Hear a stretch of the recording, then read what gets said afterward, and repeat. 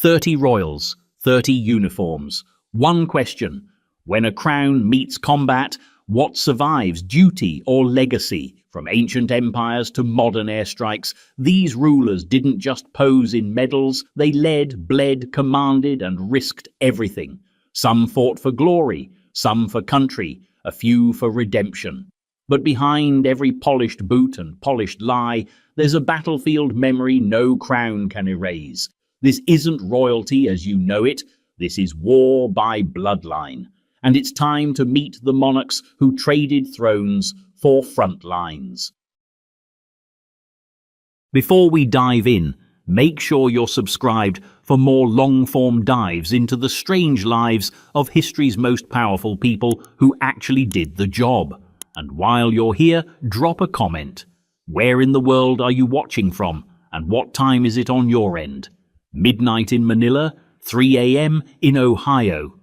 We're building a global campfire of curious minds. Pull up a chair.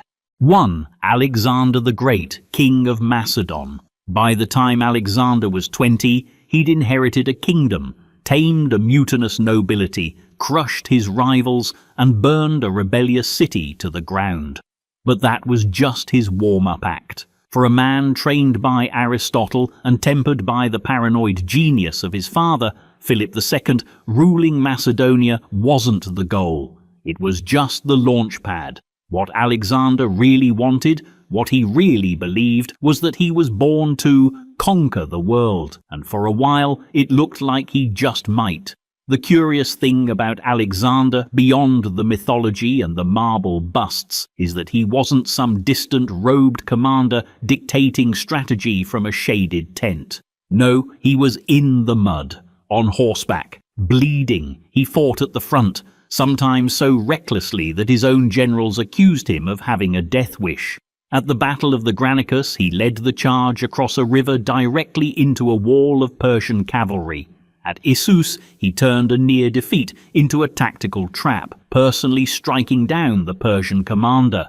At Gaugamela, his magnum opus, he cracked an army more than twice his size by punching straight through to King Darius himself. The Persians broke. Darius ran, Alexander didn't. This wasn't just military genius, it was theatre, and Alexander understood theatre. After defeating the Persians, he didn't just claim their throne, he dressed like them, married into their nobility, made their gods his own. His army hated it, his friends feared it. But to Alexander, merging worlds wasn't treason, it was strategy. He believed he wasn't just conquering territory, he was unifying humanity under him. Of course, his campaigns didn't march, they devoured. From the shores of the Aegean to the edge of the Indus River, he carved a path of blood, ambition, and philosophical justification. Every city taken was a step towards some imagined destiny, some cosmic choreography in which Alexander was both the blade and the hand that wielded it. But cracks, as they always do, began to show. His men, after a decade of endless marching, finally balked in India. What else is left, they asked. They were tired of glory, tired of dying in the name of someone else's divine inheritance. Alexander sulked, raged, sulked again, and then turned back. He would never reach China, never see Rome rise, never find what he was looking for. He died in Babylon at 32. No final victory, no climactic duel, just fever, weakness, and silence. His body was preserved in honey. His empire was immediately sliced apart. His legacy, however, fermented. Because here's the twist: Alexander the Great, the so-called greatest military mind in history, left behind almost nothing that endured. No stable system, no clear successor, no ruling dynasty. His greatness was immediate but unstable, like a lightning strike, bright, loud, and gone before you process what just happened. And yet, every conqueror that followed, Caesar, Napoleon, even modern generals, invoked his name like a spell, as if saying it would imbue them with his myth, as if greatness could be borrowed. But what Alexander proved is that you can be the sword, the king and the storm, and still leave behind a map of ash. His battlefield brilliance was real, his charisma nuclear, his belief in a unified world oddly utopian. But when you lead from the front, you often die there, and Alexander, for all his genius, never figured out what to do after winning. Of course, that didn't stop others from trying to emulate him, like the one who followed, a king who traded philosophy for piety, armor for chainmail, and swapped the dream of one world under Greece for one city under God. 2. Richard IV's the Lionheart, King of England. They called him the Lionheart, but he preferred to think of himself as a professional disappointment. To his father, certainly. To his kingdom, possibly. To the idea of peace, absolutely. Richard Plantagenet, King of England, was the sort of man who treated warfare not as a burden of rule, but as a form of self-expression. While other monarchs stayed home to manage courts, he sailed off to fight in deserts he'd never seen, for causes he only half understood. And the world, being starved for spectacle, loved him for it. He wasn't even really English, not in spirit. He was raised in Aquitaine, spoke French, wrote poetry, and spent only a few months of his 10-year reign actually in England. To his subjects, he was more myth than monarch, an expensive myth at that. One who financed his holy wars by draining the treasury and pawning off everything not nailed down, including official titles and, allegedly, the city of London itself. But to Richard it was all justified, because somewhere in the dust of the Holy Land he'd find the eternal prize, Jerusalem. When Richard arrived for the Third Crusade in 1191, the campaign was already teetering between idealism and exhaustion. The previous crusades had devolved into blood feuds and bankruptcies, but Richard brought a sense of theatre that reignited the whole enterprise. His rival was Saladin, cultured, intelligent, and far less interested in theatrics. Their contest became something larger than war. It was the collision of two narratives, each convinced it represented divine will. On the field, Richard was terrifyingly competent. He was 6 feet tall, huge for his era, and known to fight in the front ranks wearing a crown over his helmet, as if to remind everyone, friend or foe, exactly who was leading. He smashed the Saracen army at Arsuf, fought through ambushes, and personally led charges that should have killed him. When he wasn't fighting, he negotiated, ruthlessly. Saladin respected him, feared him even. The two men never met in person, but their rivalry became legend. Mutual admiration filtered through the smoke of holy war. But there's a fine line between devotion and obsession, and Richard crossed it often. Jerusalem was always out of reach, either by treaty or exhaustion or sheer logistics. His men begged him to stop, to go home, to remember that kingship required a kingdom. Richard refused. He wanted glory, not governance. The kind of glory that didn't need witnesses, only songs. Eventually, he settled for a truce. Saladin kept Jerusalem. Richard kept his legend. It was a strangely civilized ending for a man whose name had become synonymous with crusade. On his way home, he was shipwrecked, captured, and held for ransom by the Duke of Austria. England was bled dry once again to pay for his release.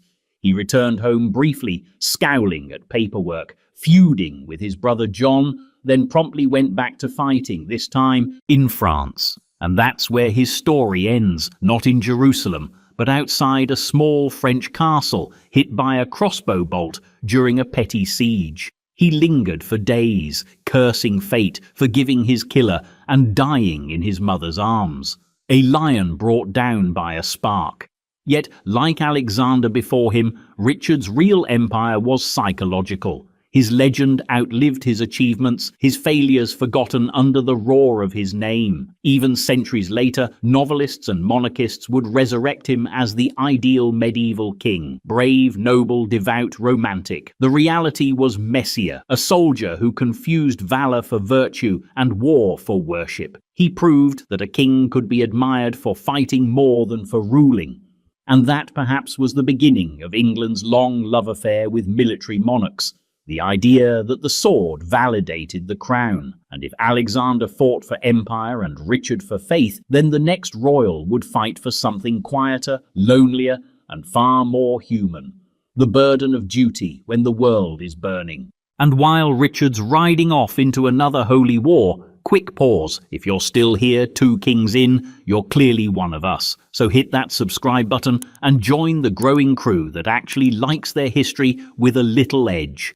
And let me know in the comments, where are you tuning in from and what time is it for you? I know some of you are watching this at 2 a.m. with headphones on like it's state secrets. Respect. 5. Prince Andrew, Duke of York, United Kingdom. Before scandal hardened the public's opinion and headlines buried his reputation beneath layers of controversy, Prince Andrew was, at one point in time, simply a naval aviator, a young man in uniform, a prince with something to prove, not to the tabloids, not to the crown, but to the small crew flying beside him in a helicopter over a battlefield. Few people in Britain truly understood. The year was 1982, and the Falklands War had just erupted. An obscure chain of windswept islands in the South Atlantic suddenly became the centre of British foreign policy, military logistics, and national pride. For Argentina, it was a matter of reclaiming territory. For Britain, it was about defending overseas sovereignty. For Prince Andrew, then 22 years old and freshly trained as a Royal Navy helicopter pilot, it was a test of everything he'd trained for and everything he'd been born into. He had joined the Royal Navy in 1979 and quickly earned his wings. By the time the Falklands conflict began, he was already flying Sea King helicopters with 820 Naval Air Squadron stationed aboard the aircraft carrier HMS Invincible. This wasn't ceremonial. This wasn't a photo op. It was live combat. His job, search and rescue, anti-submarine warfare, transport. It sounds clinical, logistics in the sky, but it involved flying into low-visibility zones, often under threat from enemy aircraft or missiles, to retrieve the wounded, supply frontline troops, or deploy commandos. There were no guarantees in the air, especially not with the Argentine Exocet missiles haunting the fleet and British ships being sunk within view of the task force. At one point, his helicopter was involved in decoy missions, flying patterns intended to lure enemy missiles away from higher value targets. In essence, bait. Whether that particular task ever came to the edge of tragedy remains classified or unverified, but the psychological weight of it is undeniable. Even as a prince, he was not immune to risk. He wasn't placed in a palace-branded hovercraft and whisked to safety. He did the job. Those who served with him later described him as competent, confident, and well integrated with his squadron. There are no reports of royal heirs, just a pilot doing his rotations, preparing for what the mission required. After the war, he returned home to a wave of public admiration. A royal who had been to war. It struck a nerve with the public, reminded them of an older image of monarchy, the kind that didn't just appear at ceremonies, but stood watch when the weather turned violent. He remained in the Navy for over 2 decades, reaching the rank of commander. He would go on to represent military charities, attend naval functions, and keep close ties with the services long after his active duty ended. But the Falklands would remain the sharpest moment of clarity when the pomp of royalty was peeled away by the rotor blades and salt spray of a very real, very unforgiving battlefield. Years later, whatever would come to define Prince Andrew in the media, in courtrooms, or in public opinion would not change what happened in 1982. He flew, he served, he followed orders. And for a brief moment, the title of prince was quieted by something heavier. The rank of lieutenant, Sea King pilot, war veteran. Because the next royal too would chase a purpose from the air, but in a different kind of war, in a different kind of desert, under the scorching sun of a new century where the enemies were invisible and the threats never seemed to end. 4. Prince Philip, Duke of Edinburgh, United Kingdom. Before he became the Queen's consort, or the walking embodiment of British upper-class bluntness, Prince Philip was something much simpler and far more dangerous, a naval officer in a world at war. Born into Greek royalty and exiled before he could walk, Philip's childhood was a passport of instability. Germany, France, England, back to Germany, then finally Britain again. He was stateless, penniless, and largely familyless. His father vanished into a quiet Mediterranean retirement, his mother into a religious order. The aristocratic surname, if it even counted, meant little. What Philip had, instead, was an education carved out of steel, Gordonstoun School, which specialized in cold showers, mountain hikes, and the theory that character was forged mostly through discomfort. It worked. He emerged lean, competitive, and fluent in not complaining. A useful skill for what came next. In 1939, with Europe on the brink, Philip joined the Royal Navy as a cadet. By the time he graduated from Dartmouth, war had already begun. At just 18, he was thrust into the largest military conflict the world had ever known.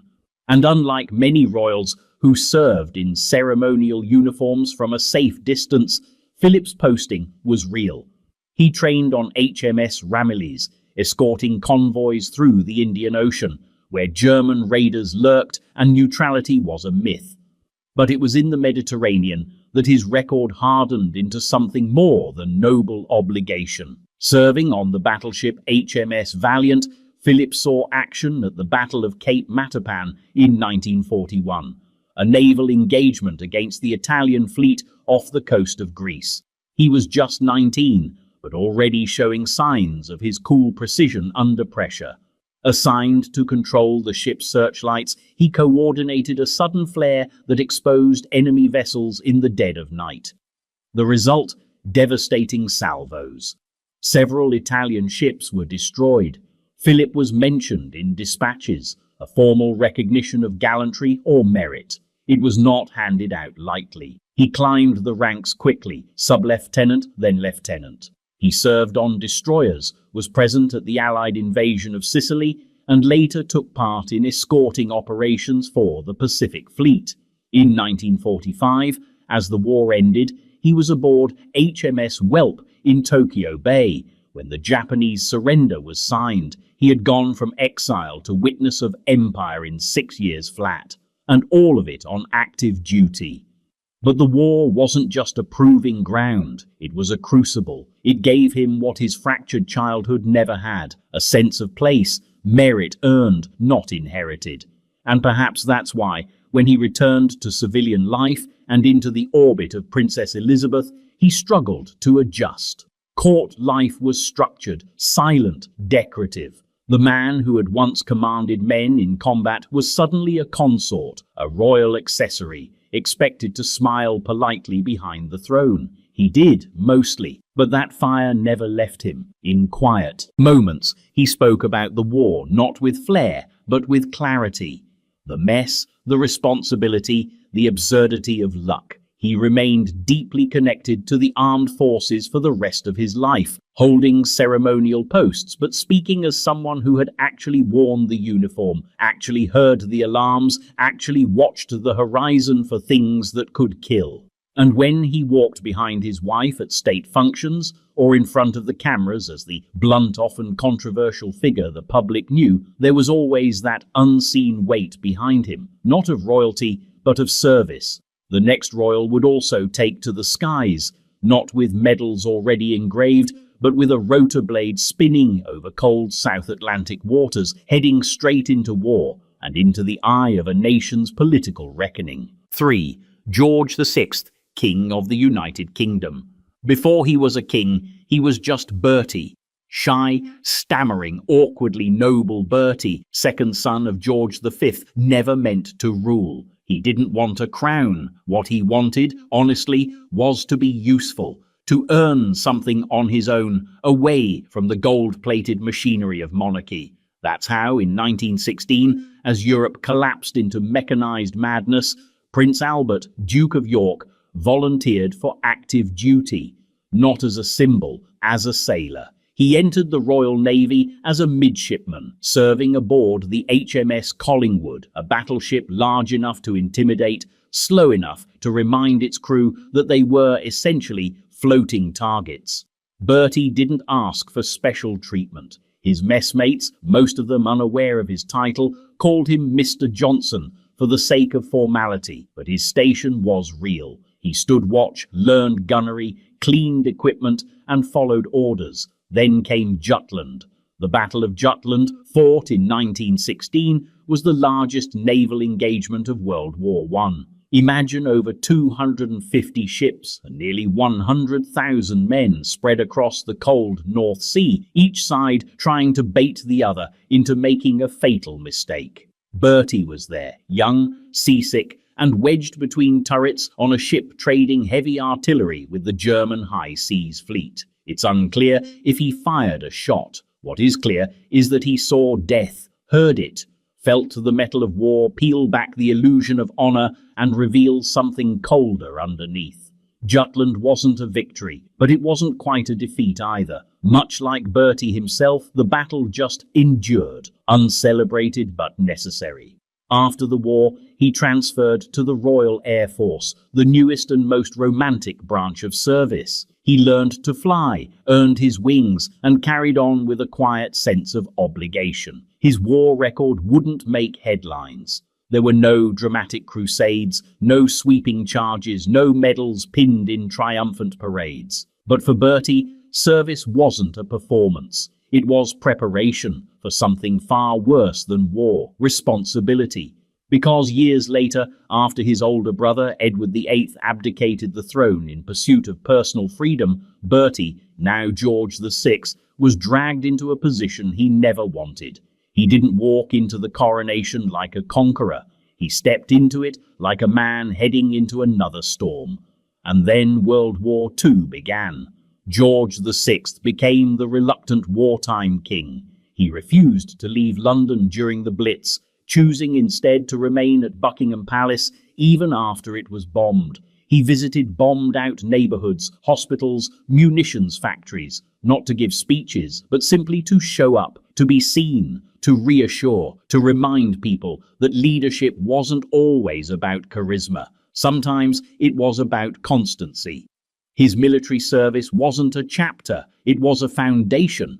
It taught him discipline, timing, humility, and how to function inside chaos without letting it define him.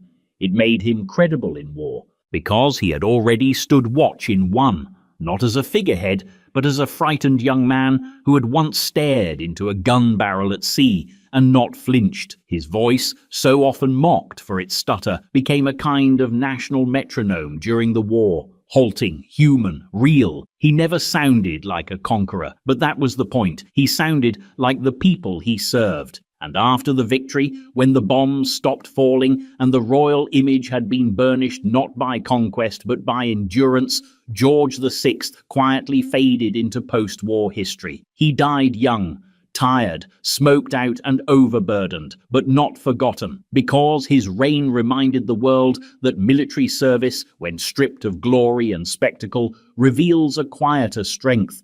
The courage to remain when leaving is easier. The next royal knew that kind of service too. A prince who didn't just witness war, but steered ships through it, stood amid naval fire, and earned his honours the hard way. 12. Philippe, King of the Belgians.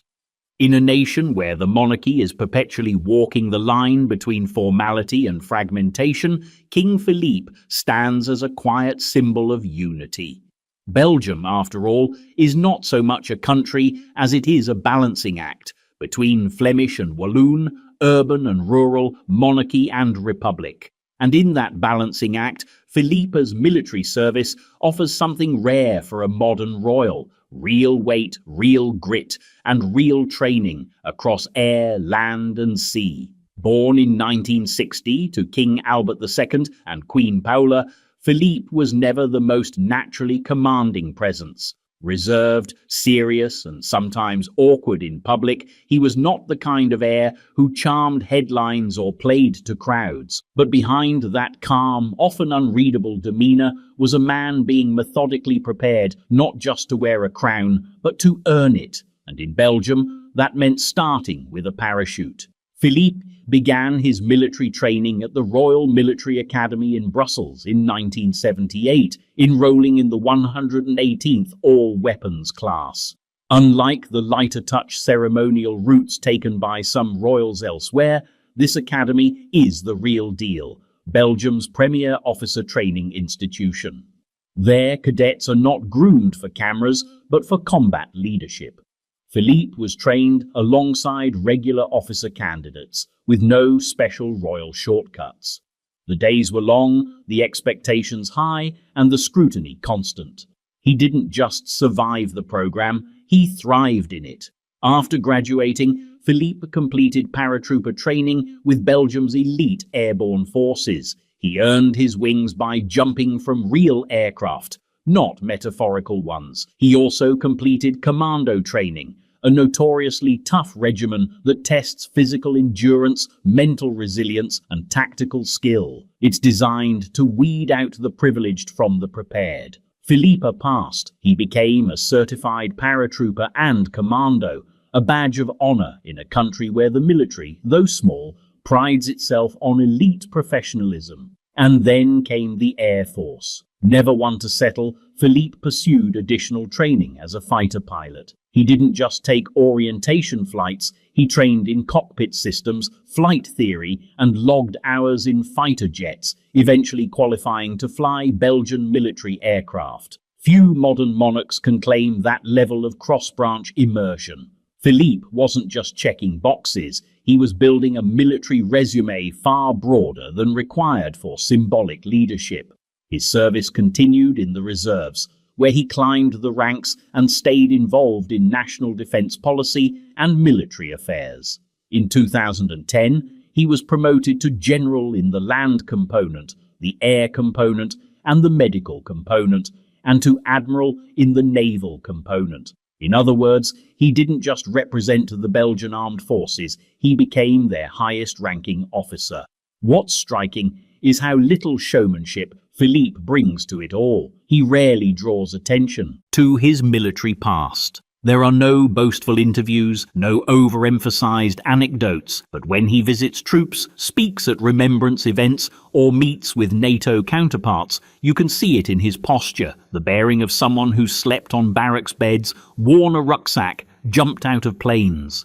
His military experience didn't turn him into a celebrity. It turned him into a soldier king in the truest sense, quiet, prepared, and shaped by discipline. And the next royal on our path, he didn't just earn ranks, he commanded warriors in real combat, reshaped elite units from the inside, and made military leadership not just part of his title, but the very thing that defines his rule. 11. Willem-Alexander, King of the Netherlands. If you ever find yourself imagining a European monarch at sea, manning a frigate, working through navigational charts while the North Sea slaps against steel hulls, your mind probably doesn't leap to the Netherlands. Canals, yes. Bicycles, absolutely. But warships, less so. And yet, that's exactly where King Willem-Alexander began forging his credibility. On deck, in uniform, learning what it meant to serve when no one expected him to. Born in 1967 to then Princess Beatrix and Prince Klaus, Willem-Alexander was raised under the soft but very present shadow of post-war constitutionalism. Dutch royalty, since the 20th century, has operated on a tightrope, loved by tradition, bound by law, and constantly at risk of becoming too remote or too performative, which meant that any future monarch would need more than ceremony. He would need substance. Willem-Alexander, to his credit, pursued it. He attended the Royal Netherlands Naval College, known locally as the Koninklijk Instituut voor de Marine, in Den Helder, where naval officers are not just trained but shaped. There he underwent full military training and qualified as an officer in the Royal Netherlands Navy. This wasn't a token semester with staged photographs. It was a serious course of instruction with live navigation, technical coursework, seamanship, and the same physical demands placed on every other cadet. He served aboard multiple vessels, including frigates, taking part in standard operational deployments, drills, and naval exercises in the Atlantic. It's worth noting, the North Sea doesn't care about your royal blood. It cares whether or not you can steer, follow orders, and hold your own when the ship starts rolling at 20 degrees under a grey sky. Willem Alexander didn't just hold his own, he reportedly thrived. He developed a reputation for being engaged, curious, and unafraid of getting his boots wet. In 1987, he took on further military responsibilities, including officer roles in the Air Force and Army Reserves, eventually earning the rank of Brigadier General, Air Force and Army, and Commodore and Navy. But his early years in the Navy remained his most formative. There, in the confined quarters of a frigate, stripped of title and surrounded by crew who cared far more about competence than courtesy, he learned the quiet discipline of service. Later in life, long before ascending the throne in 2013, Willem Alexander would speak openly about the lessons the Navy taught him about teamwork, leadership, responsibility. Not in the abstract, but in real-world terms, making decisions under pressure, staying calm during mechanical failures, and knowing how to lead without drama. He also maintained an active military connection, including classified exercises with Dutch armed forces even while Crown Prince. Occasionally, he'd be seen flying military aircraft or visiting forward units under minimal press. And while he eventually became known as the Flying King for his commercial pilot credentials, it's his naval background that underpinned his professional demeanor, firm, understated, precise. In a country where monarchy relies not on grandeur but on grounded public service, Willem Alexander's military past isn't ornamental, it's foundational. He didn't need to serve, but he did, quietly, competently, and completely. And the next royal, he didn't just train for war, he trained to fall from the sky, march through mud, and lead elite soldiers not by command, but by example. In his case, royalty didn't make the uniform fit better, it made it heavier. 10. Philippe VI, King of Spain. If royal service is often a balancing act between symbolism and substance, then Felipe VI learned early that there was no room for pretense, not in the Spain he would one day inherit.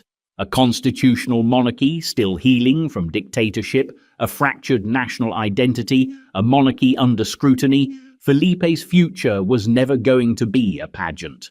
It was going to be a test, and like all good soldiers, he prepared. Born in 1968, Felipe was groomed not just for royalty, but for credibility.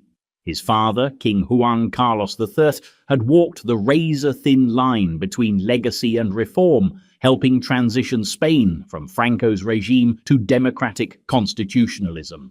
The crown had survived, barely, and Felipe, as heir, would have to earn his place in a country still skeptical of thrones. So he trained, not in name only, and not for show. In 1985, at the age of 17, he entered Spain's 3 military academies, one after the other, completing training with the Army, the Navy, and the Air Force. This wasn't an honorary lap, it was a multi-year commitment, physically and intellectually grueling, designed to produce an officer who understood not just tactics, but the culture of command across all branches. He graduated as a lieutenant in the Army, an ensign in the Navy, and a lieutenant in the Air Force. And it wasn't just the ranks. He earned his wings, both as a fixed-wing and helicopter pilot.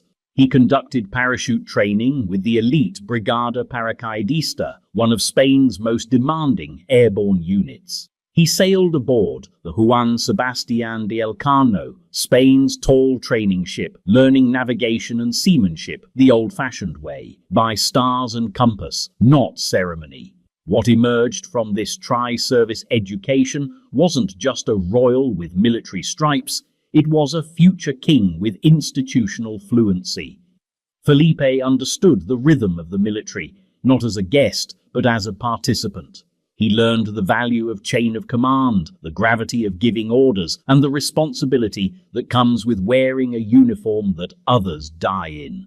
And when his military career transitioned into royal duties, those lessons followed him. He remained active in the armed forces as a reserve officer, eventually holding the highest military rank in all three branches, Captain General, once he ascended the throne in 2014. But unlike in some monarchies, where these titles are decorative, in Spain they carry political weight. The king is, by constitutional design, the commander-in-chief. In moments of national crisis, the king stands between the elected government and the legacy of military power. Felipe has always understood that balancing act. He's walked tightropes during Catalonia's independence crisis, during political deadlocks, during the quiet erosion of public trust in the monarchy. Through it all, his military bearing has remained calm, measured, focused. For Felipe, military service wasn't about the glory of war. It was about institutional discipline, national unity, and preparing for the burden of a crown that in Spain could still slip. And next comes a royal from a different kingdom, born not into ancient tradition, but into a modern monarchy that stands on the water's edge, practical and precise. He too trained on ships, but not to preserve legacy, to become it. 9. Harald V, King of Norway. For a man born into exile and raised in the shadow of Nazi occupation, Harald V's relationship with military service was never just ceremonial, it was existential. His entire childhood was framed by the consequences of invasion. His father, Crown Prince Olav, became the face of Norwegian resistance during World War II, while Harald, just 3 years old, was whisked across the Atlantic to the safety of Washington, D.C., where he spent much of the war in quiet anonymity. And while most royal children remember their first palaces, Harold remembered sirens, embassies, and the unfamiliar accents of American soldiers. When the war ended, Norway rebuilt itself, slowly, carefully, and under the gaze of a monarchy that had remained defiant in exile. The royal family returned to a country not in need of figureheads, but of stability. And for Harold, that meant stepping into a role that was more than symbolic. It meant becoming a soldier.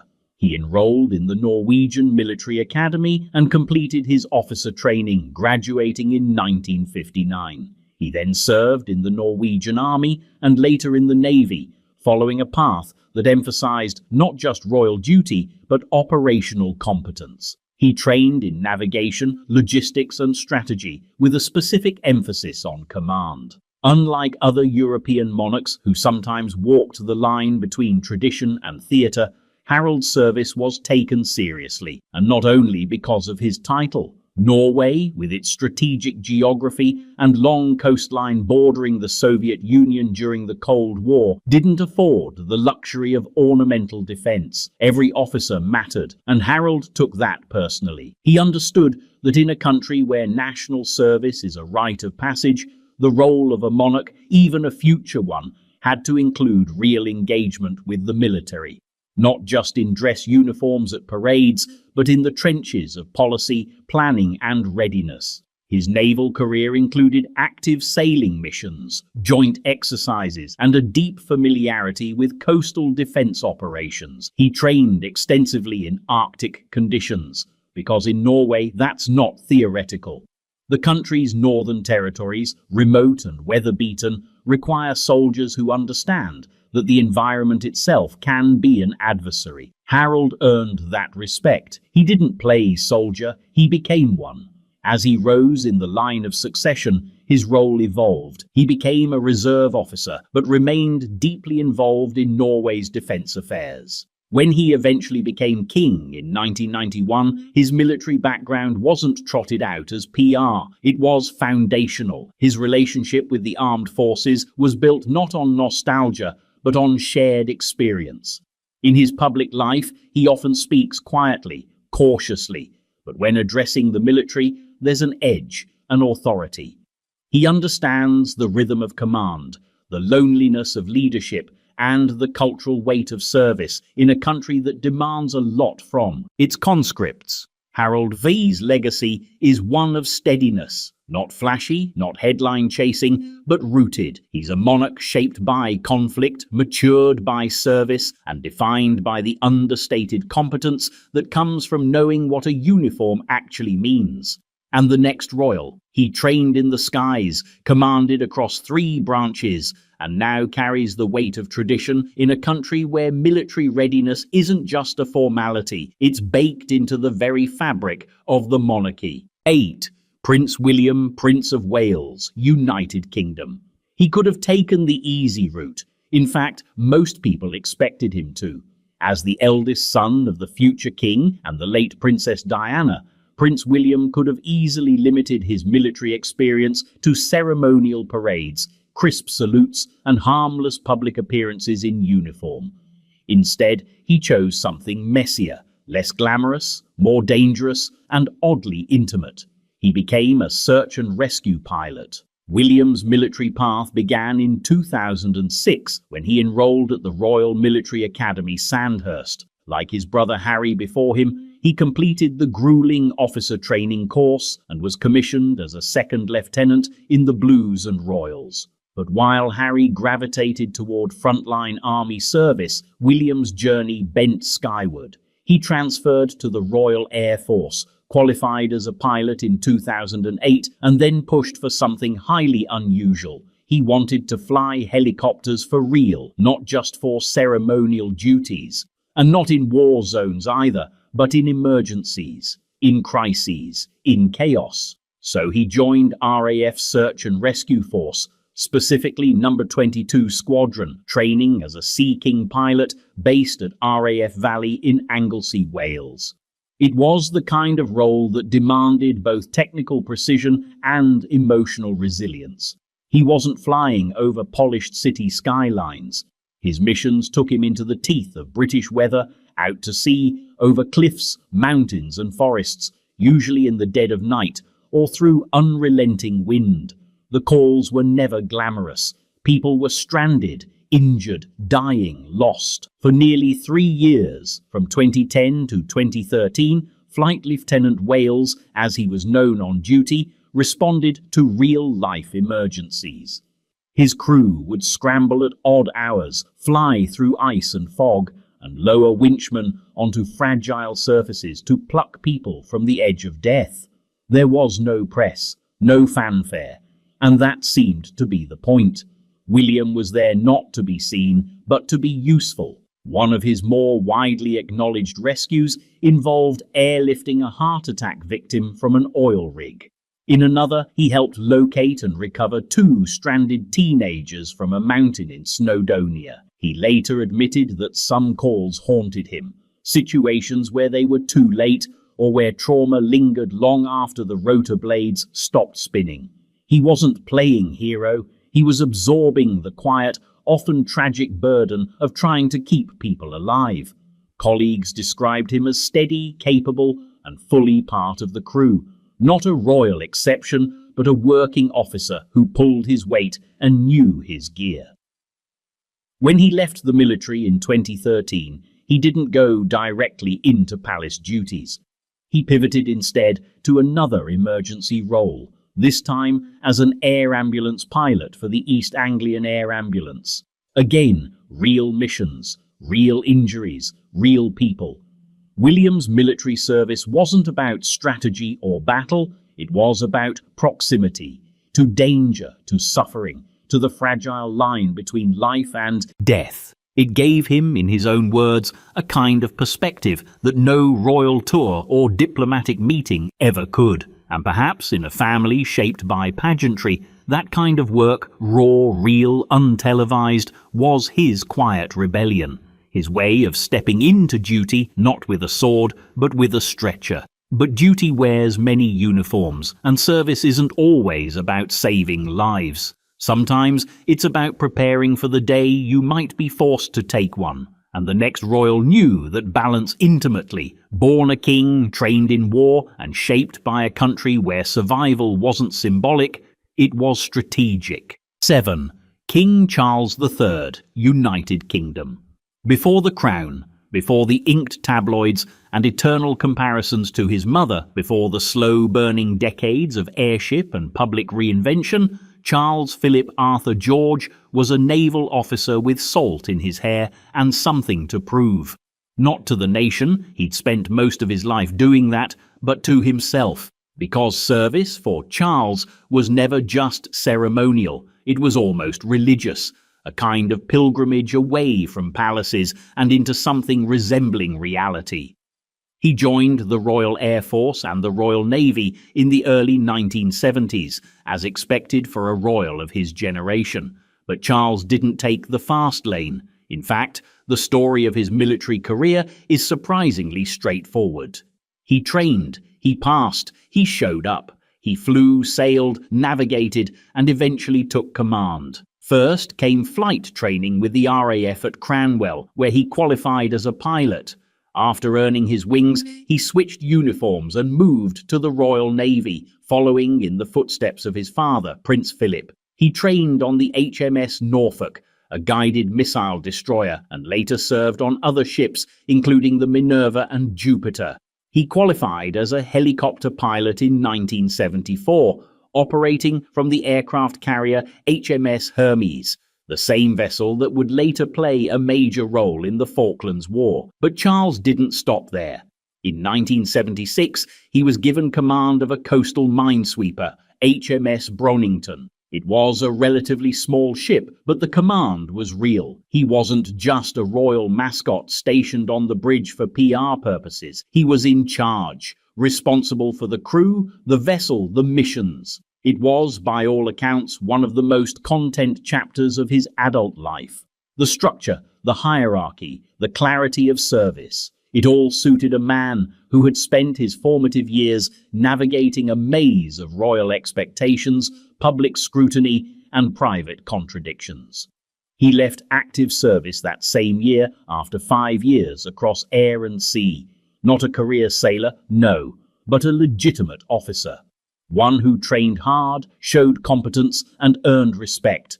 And perhaps most importantly, one who remembered, because Charles never fully shed the lessons of his military days. Decades later, his speeches to armed forces veterans carry a tone most political addresses lack.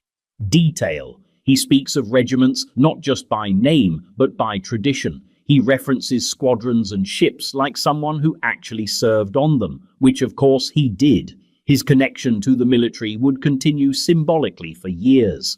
Colonel-in-Chief titles, ceremonial uniforms, battlefield visits. But it's those early days, flying above the North Sea, patrolling cold waters, balancing royal destiny with naval discipline, that root his military past in something authentic. And unlike some royals whose service was brief or purely symbolic, Charles's was formative. It gave him time outside the palace bubble, time to follow orders instead of issuing them, time to listen, observe, lead. That experience of navigating unpredictable waters, literally and metaphorically, would prepare him for the greatest and most bizarre waiting game in modern monarchy. Because after decades at sea in the ocean of public life, Charles would finally become king. But his son, Prince William, would inherit something else. Not just the expectation to rule, but the subtle burden of being the modern royal soldier. One who traded ships and desert war zones for coastal rescues and crashing helicopters into the highlands of northern Britain, not for glory, but for the quietly terrifying responsibility of saving lives. 6. Prince Harry, Duke of Sussex, United Kingdom. Long before the documentaries, the book deals, or the California exile, there was just Captain Wales, a name that sounded like a disguise, but was actually his service identity. In the British Army, where formality meets tradition, Prince Harry didn't lean on his title. Instead, he wore his rank. And in Afghanistan, that mattered more. He joined the Royal Military Academy Sandhurst in 2005, No exceptions, no gentle glide path. Sandhurst is where grit gets measured in blisters, where the future officers of the British Army learn that heritage doesn't help you on a forced march. He passed, earned his commission as a second lieutenant in the Household Cavalry, specifically the Blues and Royals, and began what would become a rare kind of Royal Military service, one that involved real deployments to real war zones. His first tour came in 2007, Helmand Province. It wasn't public knowledge at the time, intentionally so. The Ministry of Defence and the British press had agreed to keep it under wraps to protect not just Harry, but the entire unit he was embedded with. If word got out that a high-profile royal was in the trenches, he'd become a magnet for enemy forces. For 10 weeks, Harry lived as a forward air controller, coordinating airstrikes and calling in support for troops under fire. When the news finally broke, he was pulled out, reluctantly. Not for his safety, he insisted, but for his comrades. Still, he wasn't done, not even close. A few years later, after retraining as an Apache helicopter co-pilot gunner, Harry returned to Afghanistan in 2012 for a second tour, this time flying combat missions out of Camp Bastion. His squadron operated in the unpredictable, often lawless terrain of Helmand, where the enemy didn't wear uniforms and attacks came from shadows. The Apache was one of the most complex aircraft in the British arsenal, fitted with rockets, Hellfire missiles, and a 30mm chain gun. Flying it wasn't just prestigious, it was lethal. Harry trained hard, earned his qualifications, and logged real combat hours. He wasn't flying sightseeing tours. He was on call to support troops under contact, to provide overwatch, to engage when needed. His fellow soldiers described him as professional, focused, unentitled. To them, he wasn't a tabloid figure.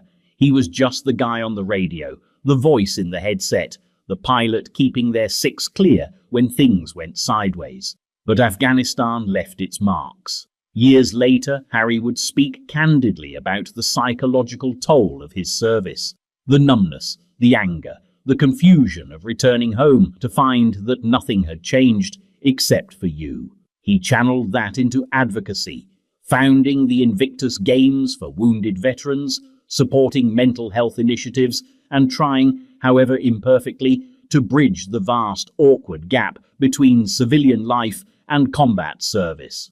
Whatever your opinion of Harry now, whether you see him as a wayward prince or a principled exile, his military career stands on its own. 2 tours, real missions, actual leadership. He didn't just wear the uniform, he earned it. And perhaps that's why the military remains the one institution that Harry seems to speak about without irony, without friction. It was the one world where his name wasn't a burden and his presence wasn't a performance. The next royal would also wear the uniform, but not in the dust of the battlefield, rather on the deck of a ship, in the cockpit of a helicopter, commanding not just aircraft, but legacy, not a rebel, a sovereign in waiting, a different kind of service, a different kind of war. 19. Nicholas II, Tsar of Russia. If Peter the Great dragged Russia into the modern military age by sheer force of will, then Nicholas II watched it unravel under the weight of inertia, idealism, and impossible expectations.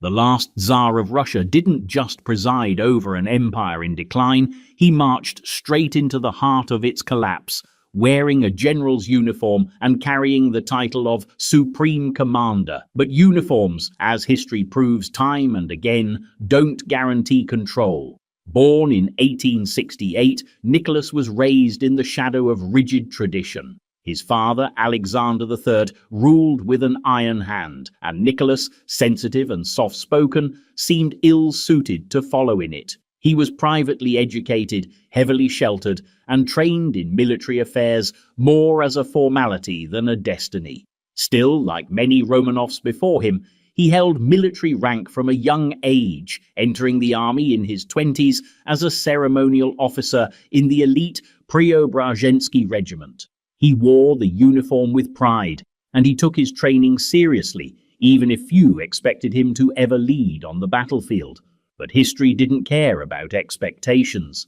In 1894, Nicholas ascended the throne after his father's sudden death. He was 26.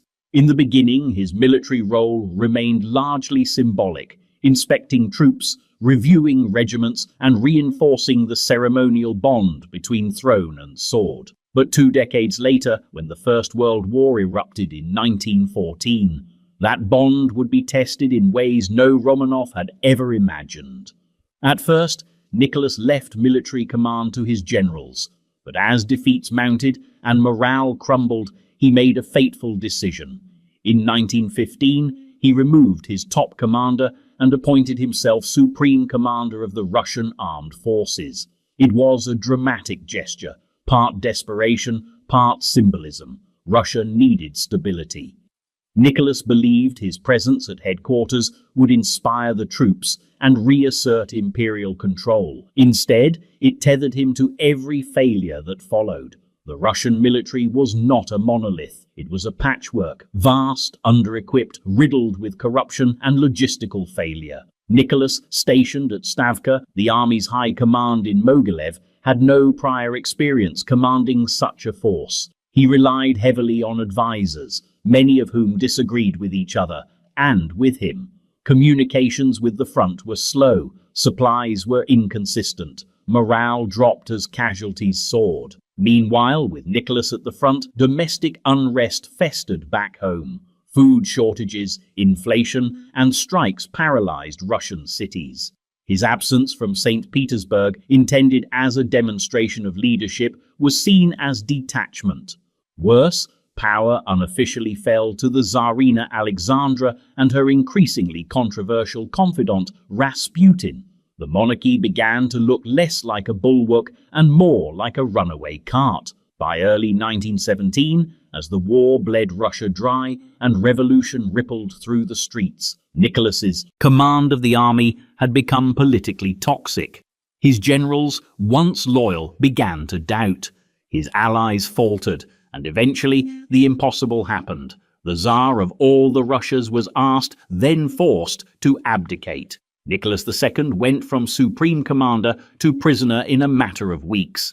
The army he had led disintegrated into factions. The empire he'd sworn to protect dissolved in revolution. And yet, even as a military leader undone by war, Nicholas's service reflects something haunting. The illusion that proximity to power is the same as control. He wore the uniform, carried the burden, and tried to command a storm. The next royal would face his own national crisis, but instead of surrendering to chaos, he would rise in a moment of decisive action.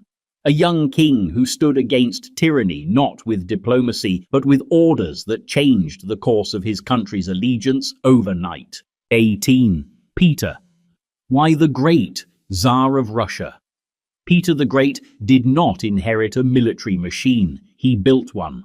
Brick by brick, keel by keel, cannon by cannon. At a time when Russia was still seen by its Western neighbors as a cold, superstitious backwater, Peter dreamed of a modern empire. But dreams alone don't forge legacies. Armies do, navies do, steel, sweat, strategy, and the will to lead it all himself. Born in 1672, Peter Romanov ascended to the throne as a child and spent his early years surrounded by palace coups, noble intrigues, and the long shadows of boyar politics. But even in youth, he was restless. Obsessed with craftsmanship, science, and ships, he didn't wait for Russia to come to him. He went to Europe instead. In 1697, he disguised himself as a common laborer and travelled incognito through the Dutch Republic and England, studying shipbuilding, artillery, and naval logistics firsthand. He didn't just observe, he worked, hands-on, hammer in hand, the Tsar in a carpenter's apron. This wasn't royal tourism, it was reconnaissance. When he returned to Russia, he launched one of the most ambitious military transformations in European history. The old Russian army was disorganized, semi-feudal, and burdened by outdated tactics. Peter wanted structure. He wanted discipline. He wanted a professional fighting force, not a collection of aristocrats with personal militias. He introduced Western-style drilling, built a centralized command structure, and poured resources into weapons manufacturing and logistics. And then came his real obsession, the sea. Peter knew that without a navy, Russia would never project power beyond its borders. So he built one, essentially from scratch. The first Russian fleet was cobbled together from imported designs, foreign expertise, and sheer imperial will. Shipyards rose along the Don and Neva rivers. He ordered entire cities to be constructed, including St. Petersburg, a city pulled out of swamps by thousands of laborers under imperial decree. It became both a naval base and a political statement. Russia at last would face Europe. His military leadership was not distant or decorative. He led campaigns in person, most famously during the Great Northern War against Sweden, a conflict that would last over 2 decades and reshape the balance of power in Northern Europe. The early years were brutal. At the Battle of Narva in 1700, his army was routed by a much smaller Swedish force under Charles XII, but Peter adapted. He restructured, retrained, and rebuilt. Slowly, the tide turned. In 1709, at the Battle of Poltava, Peter's forces decisively defeated the Swedish army, one of the most disciplined and feared in Europe. It was a personal and national victory. Russia, once laughed off as a lumbering empire of serfs and snow, had just become a military power. And Peter was always there, commanding, inspecting, pushing. He was known to sleep on campaign with the common troops, to personally oversee fortifications, and to join naval expeditions not as a figurehead, but as a working admiral. His body bore the signs of his campaigns: injuries, illnesses, exhaustion. Yet his empire was forged not just by conquest, but by reform. He turned military victory into national identity. Under Peter, Russia stopped looking inward and started thinking imperially. But even iron-willed czars meet resistance they cannot conquer, and the next monarch learned that lesson not through reform, but through retreat. A man who took command of an empire's army in a moment of crisis, only to watch both the army and the empire disintegrate beneath his feet. 17. Archduke Franz Ferdinand, Austria-Hungary. Before he became the man whose death would trigger a world war, Archduke Franz Ferdinand lived a life defined not by accidents, but by discipline. He wasn't a rebel, he wasn't a revolutionary. He was, above all, a soldier, a product of the Austro-Hungarian Empire's bureaucratic military machine, molded to command and trained to preserve a monarchy already wheezing under the weight of its own contradictions. Born in 1863, Franz Ferdinand wasn't even supposed to inherit the throne. That honor belonged to his cousin, Crown Prince Rudolf, until Rudolf's dramatic death in 1889 left the succession wide open. When Franz Ferdinand's father renounced his claim, the young Archduke suddenly found himself next in line to rule one of Europe's most complicated empires. And he did what many ambitious royals did at the time. He turned to the military. He entered the Austro-Hungarian army young and rose steadily through the ranks, not just by birthright, but by competence. By his early 30s, he was already a general. He wasn't flashy or charismatic. He wasn't loved by the troops, but he was respected for his hard-nosed discipline and intense focus on reform. In an empire where military leadership was often fractured along ethnic and linguistic lines, Franz Ferdinand stood out for his blunt insistence on modernization. His military career wasn't ornamental. He served with active units, learned artillery tactics, and traveled across the empire's far reaches to inspect troops, observe maneuvers, and evaluate readiness. He became Inspector General of the Austro-Hungarian Armed Forces in 1913, second only to the Emperor himself in military authority. It wasn't a decorative post. It meant real control over doctrine, promotion, and long-term planning. And Franz Ferdinand had ideas, plenty of them. He was obsessed with efficiency. He pushed for centralization, modernization of equipment, better officer training, and rational deployment of forces. He believed the empire's survival depended on a more professional army, one less tangled in internal rivalries and more prepared for the conflicts looming on the horizon. He wasn't wrong, but he was resented, especially by the Hungarian political elite who feared his centralizing vision would strip them of their autonomy. And yet, for all his militarism, Franz Ferdinand was not a warmonger. He was wary of Germany. He distrusted the saber-rattling in Vienna. He believed the empire could only survive through internal reform, not external conquest. It's one of history's grim ironies that the man whose assassination would unleash World War I was, privately, a restraining force in foreign policy. He understood war intimately, bureaucratically, and tactically, and perhaps that's why he feared it. On June the 28th, 1914, he travelled to Sarajevo in his capacity as Inspector General. He was there to observe military exercises. It was a working trip, routine in theory. By the end of the day, he would be dead. Along with his wife, their carriage ambushed on the city streets. The shots fired that day didn't just end a life, they ended an age. But before the chaos, before the declarations and the trenches and the barbed wire, Franz Ferdinand was a soldier, a conservative reformer, a man trained to hold an empire together by force and by structure. He failed, not by incompetence, but by history's cruel refusal to wait. And next comes a man who didn't wait either. A Tsar who rode into battle not as a figurehead, but as a commander-in-chief, who seized the reins of a collapsing army, not out of confidence, but out of desperation, and lost everything but his legacy. 16. Ruprecht, Crown Prince of Bavaria. By the time the First World War shattered Europe's illusions of progress, Ruprecht of Bavaria was already a general, but he was more than that. He was a royal with a field command, a strategist with unusual restraint, and a would-be king of a kingdom that would not survive the war he helped fight. In the complex machinery of the German Empire, where Prussian generals often dominated the spotlight, Ruprecht stood apart, not just by title, but by temperament. Born in 1869 into the royal house of Wittelsbach, Ruprecht was heir to the Bavarian throne, a Catholic monarch in waiting in an increasingly Protestant, Prussian-dominated empire.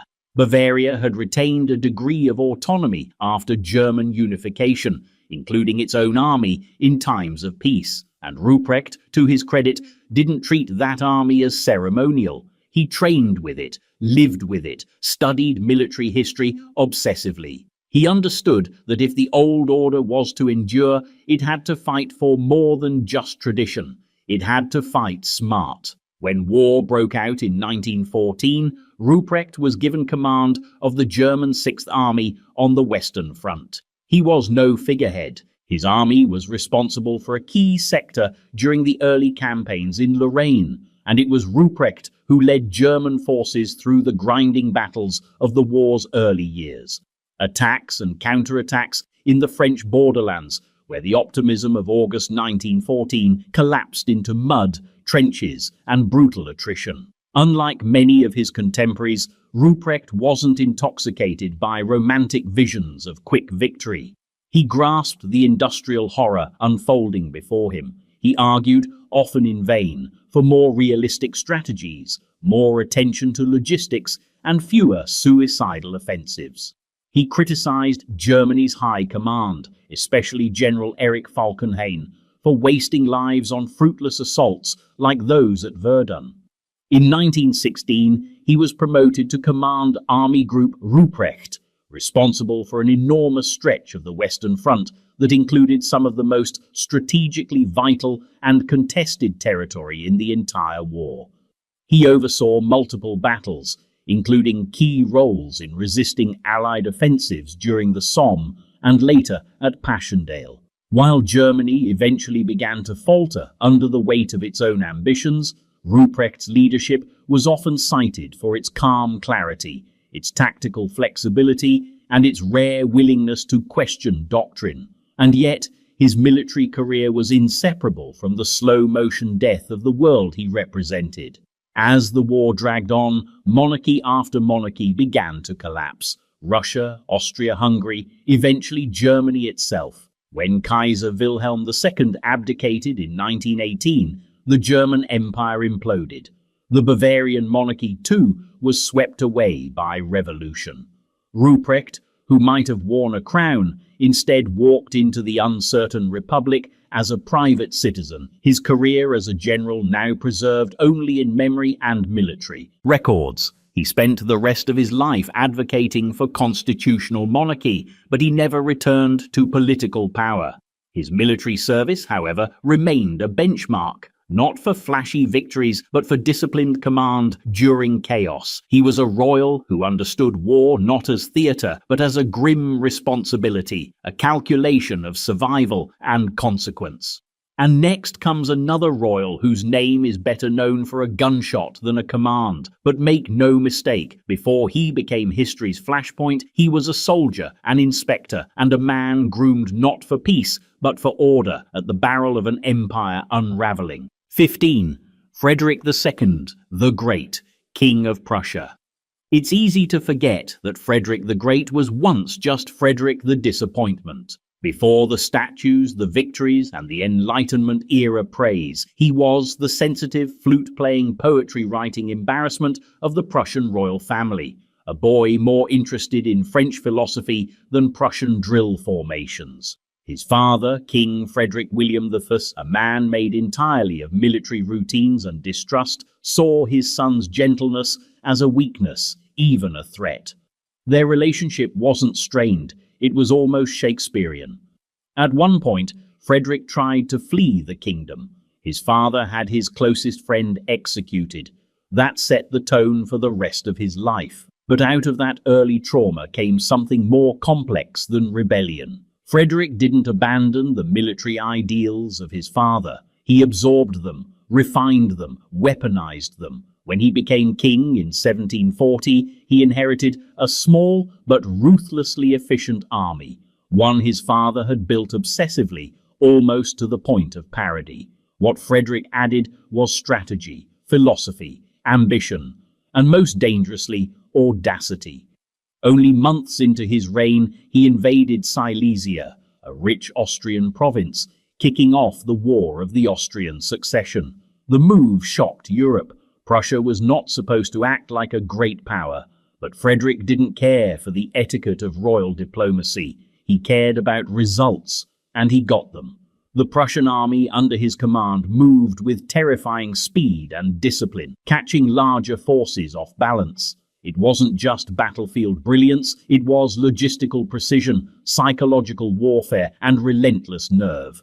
But he didn't stop with one war. He couldn't. Over the next decades, Frederick would lead his soldiers through a brutal series of conflicts that culminated in the 7 Years' War, a conflict so sprawling it's sometimes called the First World War. Frederick, vastly outnumbered and surrounded by hostile powers, Austria, Russia, France, and eventually Sweden, managed to keep Prussia afloat through sheer force of will. He marched, maneuvered, and outthought armies that should have crushed him. His victories at places like Rossbach and Leuthen became textbook examples of tactical genius. And he didn't just plan battles, he was in them. On horseback, sword at his side, leading charges. He was wounded multiple times. Soldiers often spoke of his coolness under fire, his uncanny ability to read a battlefield like a chessboard. He rode with his troops, shared their hardships, and punished incompetence with cold fury. But this wasn't glory for glory's sake. Frederick wasn't sentimental. War, to him, was a tool, not a calling. He once wrote that a crown is a hat that lets the rain in. And for all his battlefield brilliance, he governed with equal force, reforming Prussian bureaucracy, modernizing the state, and embracing Enlightenment ideals when it suited him. Still, it was his military reputation that defined him. Even Napoleon, no stranger to ego, called Frederick one of the greatest tactical minds in history. His army became the blueprint for German militarism, a legacy both admired and feared for centuries to come. Frederick proved that kings didn't have to be born warriors. They could be forged by pressure, sharpened by failure, and made dangerous by vision. And the next royal in line? He didn't just lead an army, he led entire army groups, commanding men by the millions, in a war that tore the old world apart and rewrote the script of royal military leadership forever. 14. Hussein, King of Jordan. In a region shaped by borders drawn in pencil and erased in blood, King Hussein of Jordan survived where many did not. He ruled for nearly 5 decades through coups, wars, invasions, and the sort of political betrayals that turn monarchs into martyrs. But Hussein was not a figurehead. He was a pilot, a soldier, a king who led not just with speeches, but with stick and throttle. His battlefield wasn't just diplomatic, it was literal. And unlike many sovereigns, he kept his hands on the controls long after power had passed into his. Born in 1935, Hussein ascended the throne in 1952 at the astonishing age of 16, after his father, King Talal, was declared unfit to rule due to mental illness. Thrust into the highest office in the kingdom at an age when most are still figuring out how to park a car, Hussein had no time to ease into leadership. His country bordered enemies and allies alike. His army was under foreign command. His monarchy was fragile. So what did he do? He learned to fly, and not just for sport or spectacle. Hussein was a serious aviator. He trained extensively as a fighter pilot, earning his wings early and building a lifelong identity as both monarch and military man. He flew Hawker Hunters and later F-5s and Mirages, not models in museum hangars, but real aircraft in an active air force. His instructors were often foreign, his peers sometimes skeptical, but he pushed himself hard, because in Jordan, the lines between symbolic service and national survival were dangerously thin. Flying for Hussein was more than a skill, it was a statement. Every takeoff in a jet, every low pass over training grounds, every cockpit photo was part of a broader message to his people and his military. I'm one of you, not above, not apart, but in it. He held the formal rank of Field Marshal in the Jordanian Armed Forces, but what mattered more was his consistent hands-on leadership. He regularly visited training exercises, led command briefings, and took personal interest in defense strategy. He reorganized and modernized the military, expanding Jordan's capacity for independent defense and reducing its reliance on outside powers. His relationship with the armed forces wasn't ceremonial, it was paternal. During the 1967 Six-Day War and the 1970 Black September conflict, Hussein was not a distant figure behind palace walls. He was in uniform, in country, making real-time decisions with geopolitical stakes. Even when controversial or unpopular, he stayed in the thick of it. He coordinated directly with foreign powers, walked among his officers, and kept Jordan intact when others predicted its collapse. But perhaps the most defining image of Hussein isn't at a peace table or in a war room, but in the air, headset on, flying over the kingdom he ruled with both anxiety and affection. Flying was how he cleared his mind. It was where he felt most free and perhaps, paradoxically, most grounded. Hussein never led with bombast. His authority came from endurance, and his military service reflected that. Even toward the end of his life, battling illness, he continued to engage with his officers, inspect troops, and attend drills. To him, service wasn't a chapter, it was the frame. And after Hussein came a king who knew all too well the price of war, but from another angle. A man who rose not to reign, but to command from the trenches of a war that tore empires apart. A soldier by birthright, but also by brutal necessity. 13. Abdullah II, King of Jordan. If there's a royal whose military credentials feel less like a chapter and more like a spine running through his entire identity, It's King Abdullah II of Jordan. Born into a throne surrounded by geopolitical tension and historical fragility, Abdullah didn't inherit stability. He inherited volatility. But instead of leaning on diplomacy alone, he took a different path. He trained to fight. He led from the front. And in the process, he became one of the rare monarchs whose military resume could go toe-to-toe with that of any career officer. Born in 1962 to King Hussein and Princess Muna, Abdullah grew up knowing that survival in Jordan wasn't something that could be assumed. It had to be earned.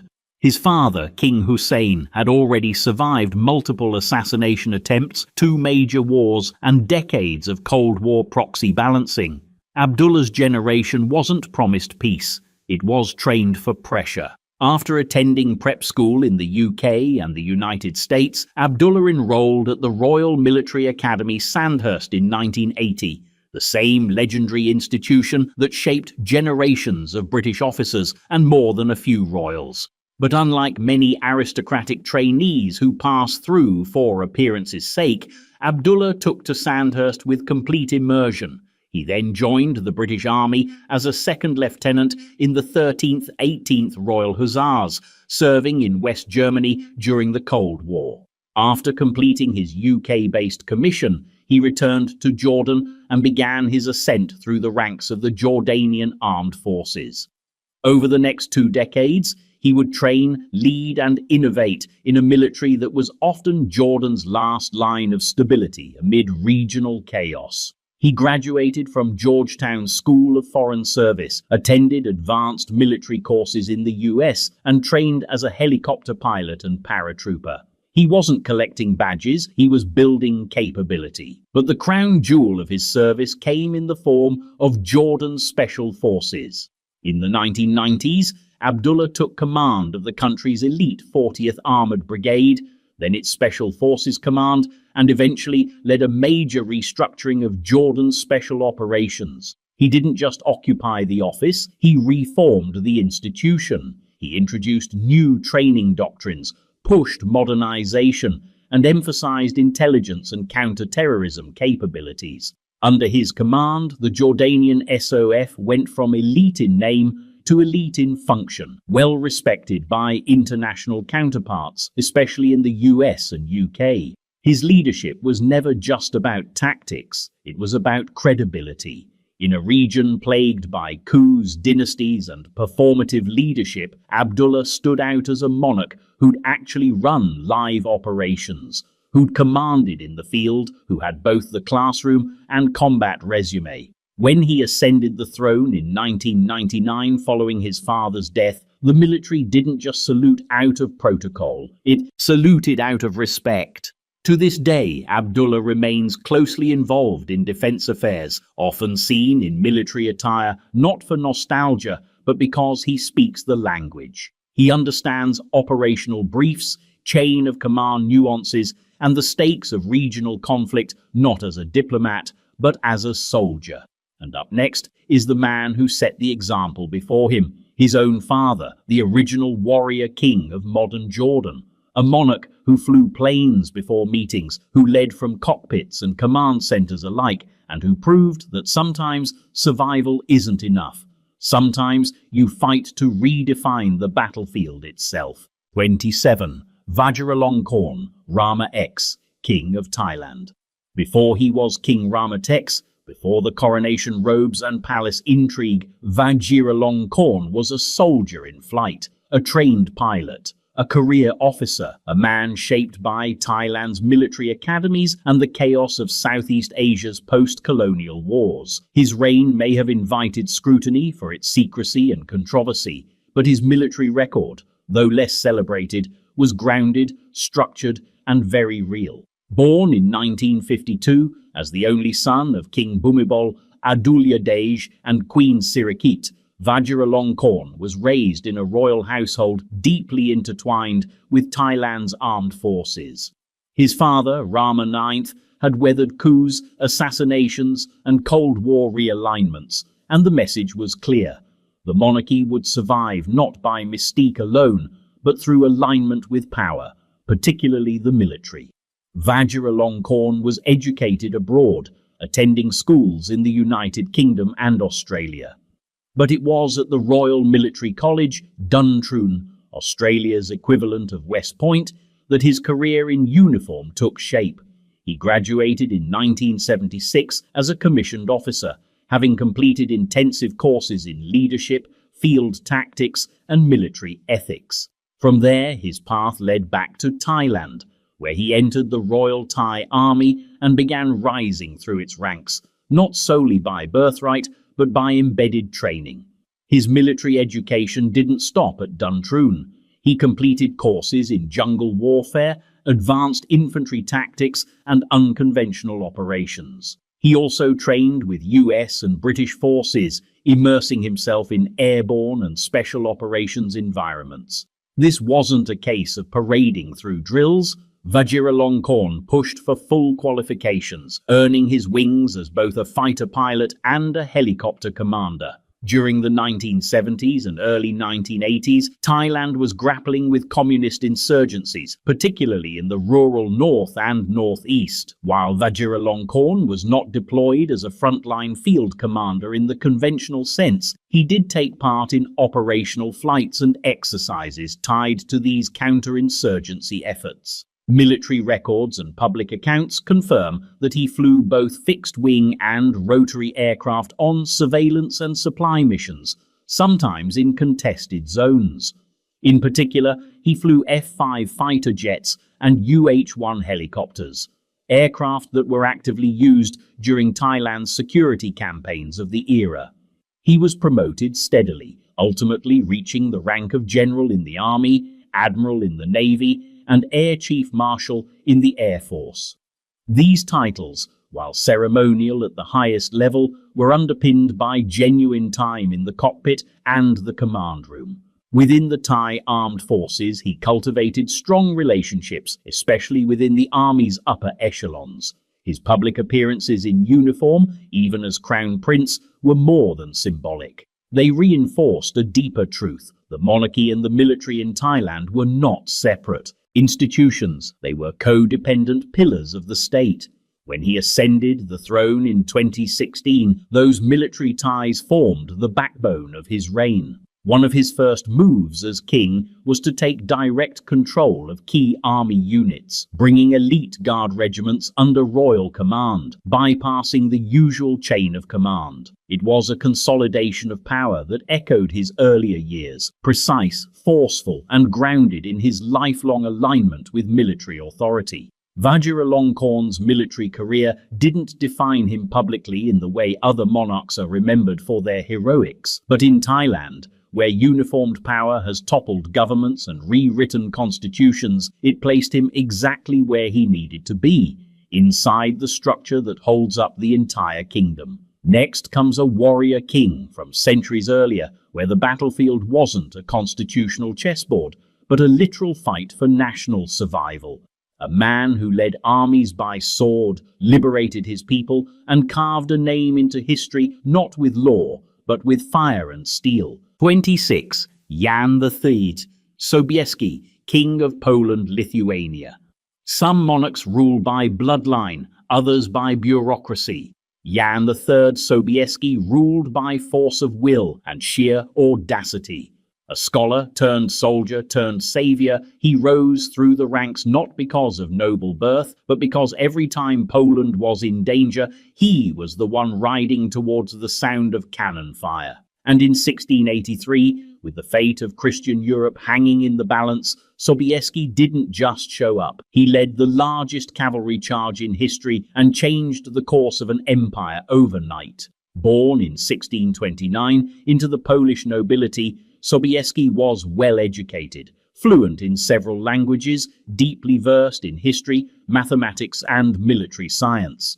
But his classroom was soon replaced by a battlefield. The Polish-Lithuanian Commonwealth of his youth was a kingdom in slow decline, beset by external threats and internal squabbles. Sweden, the Cossacks, the Ottomans, and Russia all tested its borders. Sobieski didn't just study strategy, he lived it. He began his military career in the 1640s and quickly made a name for himself. His mind was as sharp as his sword. He mastered both Eastern and Western tactics, learning from Tatar cavalry raids and Swedish infantry maneuvers. By the 1660s, he was one of Poland's most trusted commanders. His victories against the Ottomans in the southern frontiers made him a national hero. In 1674, he was elected king, not as a formality, but as a field-tested general beloved by both soldiers and citizens. But Sobieski's greatest moment came nearly a decade later. In 1683, the Ottoman Empire launched its most ambitious European campaign in over a century, the Siege of Vienna. With over 100,000 troops, the Ottomans surrounded the Habsburg capital, threatening to break into Central Europe. The Holy Roman Emperor fled the city. Panic spread across the continent, and while many debated, negotiated, or prayed, Sobieski marched. He led a coalition of Polish, Austrian, and German forces, an uneasy alliance with conflicting interests but a shared enemy. His army, though smaller, moved with stunning speed. He crossed the Carpathian Mountains in record time, arriving near Vienna in September. On September 12, 1683, Sobieski launched a coordinated assault on the besieging Ottoman army. The battle raged for hours.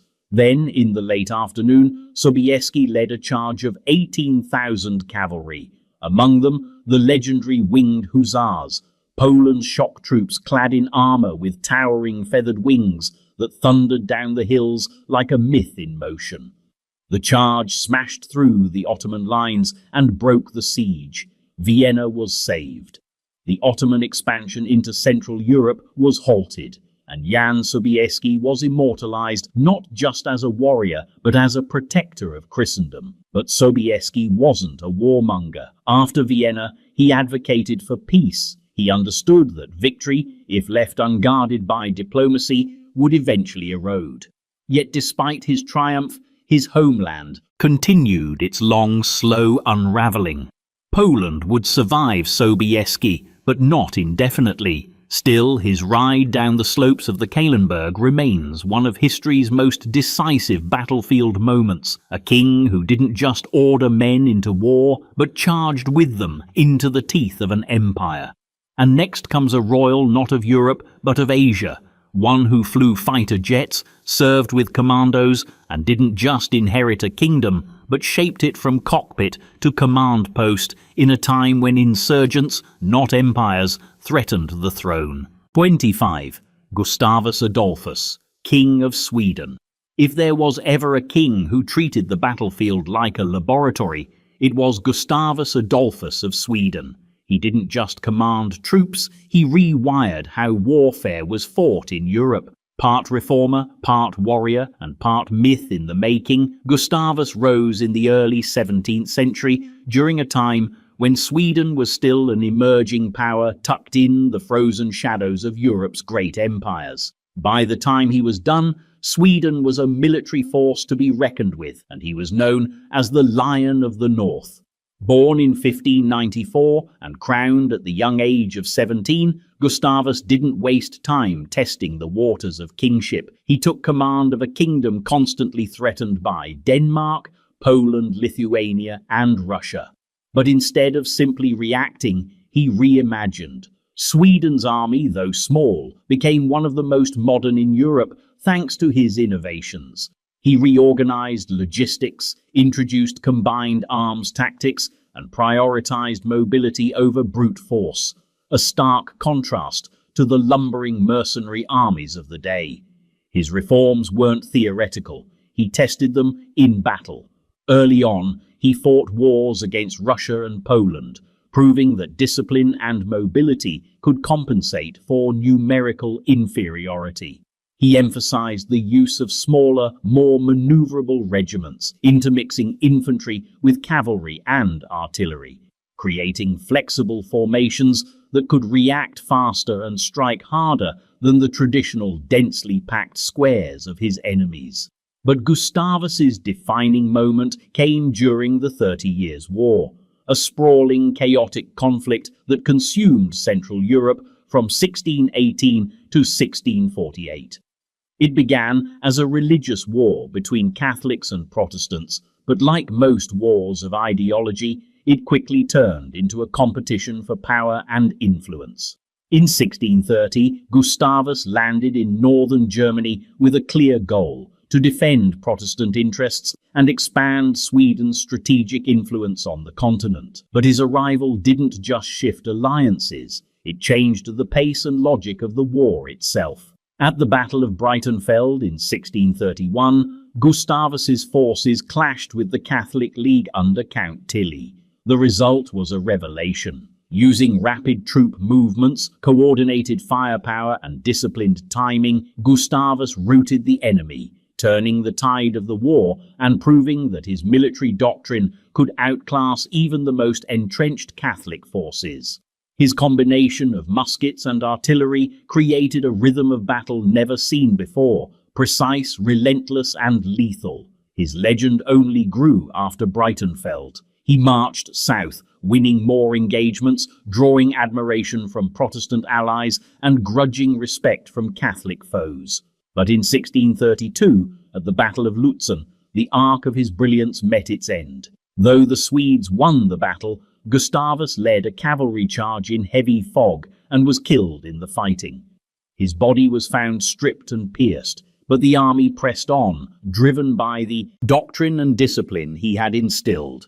Even in death, Gustavus's influence rippled through military history. His strategies would inspire future commanders like Napoleon and Frederick the Great. He didn't just fight wars, he changed how wars were fought. He proved that brains could beat brawn, and that reform wasn't weakness, it was a weapon, and the next royal to take the field would wield that weapon too, charged not just with saving his own kingdom, but with halting an empire. A warrior king who rode not for conquest but for salvation, and left behind a legacy as sharp as the saber he carried into battle. 24. Suleiman the Magnificent, Ottoman Sultan. To the Western world, he was the Magnificent. To his own people, he was Kanuni, the lawgiver. But beyond the gilded titles and architectural legacies, Suleiman I was, at his core, a warrior. A soldier emperor who believed that power wasn't proven by how far you sat from the battlefield, but by how close you were to it. And during his 46-year reign, he didn't just shape laws, palaces, and poetry. He led armies, personally, directly, and often from horseback. Born in 1494, Suleiman inherited the Ottoman throne in 1520 at age 26. The empire was already expansive, but its military strength, though formidable, had plateaued. That changed almost immediately under his rule. Unlike monarchs who governed from marble halls, Suleiman believed that to legitimize rule, a sultan had to ride into war. In Ottoman tradition, the image of the warrior sultan was more than symbolic. It was central to the idea of just and divine authority. And so he led. His first campaign took him to Belgrade in 1521. The fortress city was a strategic thorn in the Ottoman side, well defended and a symbol of Christian resistance. Suleiman didn't delegate its conquest to his generals. He camped with his troops, oversaw siege operations, and after a prolonged assault took the city. A year later, he marched west again, this time to the island of Rhodes, launching a brutal siege against the Knights Hospitaller. After months of combat and negotiations, the Ottomans emerged victorious. Suleiman had opened his reign not with ceremonies, but with conquests. But the defining moment came in 1526 at the Battle of Mohacs. Facing the Kingdom of Hungary, Suleiman's forces obliterated the opposing army in a single devastating encounter. The battle lasted less than 2 hours. The Hungarian king died on the field. The result? Hungary collapsed and Ottoman influence surged deep into Central Europe. Again, Suleiman was there, commanding, observing, adapting. He understood logistics, terrain, and the psychological weight of speed. His battlefield presence wasn't ornamental, it was operational, and he didn't stop. His campaigns stretched from the gates of Vienna in the west to the deserts of Iraq in the east. He fought the Safavids, the Mamluks, and the Habsburgs. On land and at sea, the Ottoman military machine under his reign became the most feared in the world. Yet he wasn't a conqueror for conquest's sake. He governed the territories he took. He fortified borders. He standardized laws and tax systems across diverse provinces. His military mind was matched by his administrative reforms. Still, Suleiman's wars weren't always triumphant. His 1529 siege of Vienna failed, halted by weather, logistics, and sheer resistance. But even in retreat, his reputation grew. He had taken the Ottoman banner farther west than any before him, and forced the powers of Europe to recognize him not as a barbarian invader, but as an peace emperor of equal weight. He led his final campaign in 1566 at the age of 72 against the fortress of Szigetvar in Hungary. Sick and dying, he remained in the field until his last breath, his death kept secret from his troops until the battle was won. Suleiman wasn't just a military monarch, he was the blueprint, a sovereign whose presence in war defined the battlefield, a leader who wrote poetry by night and battle orders by dawn. His shadow stretched across continents, not just because of what he built, but because of where he rode. And next, we ride north into the cold forests of Europe, where another king, younger, bolder, and armed with revolutionary tactics, would carve his legend not in gold, but in gunpowder. 23. Haile Selassie, Emperor of Ethiopia.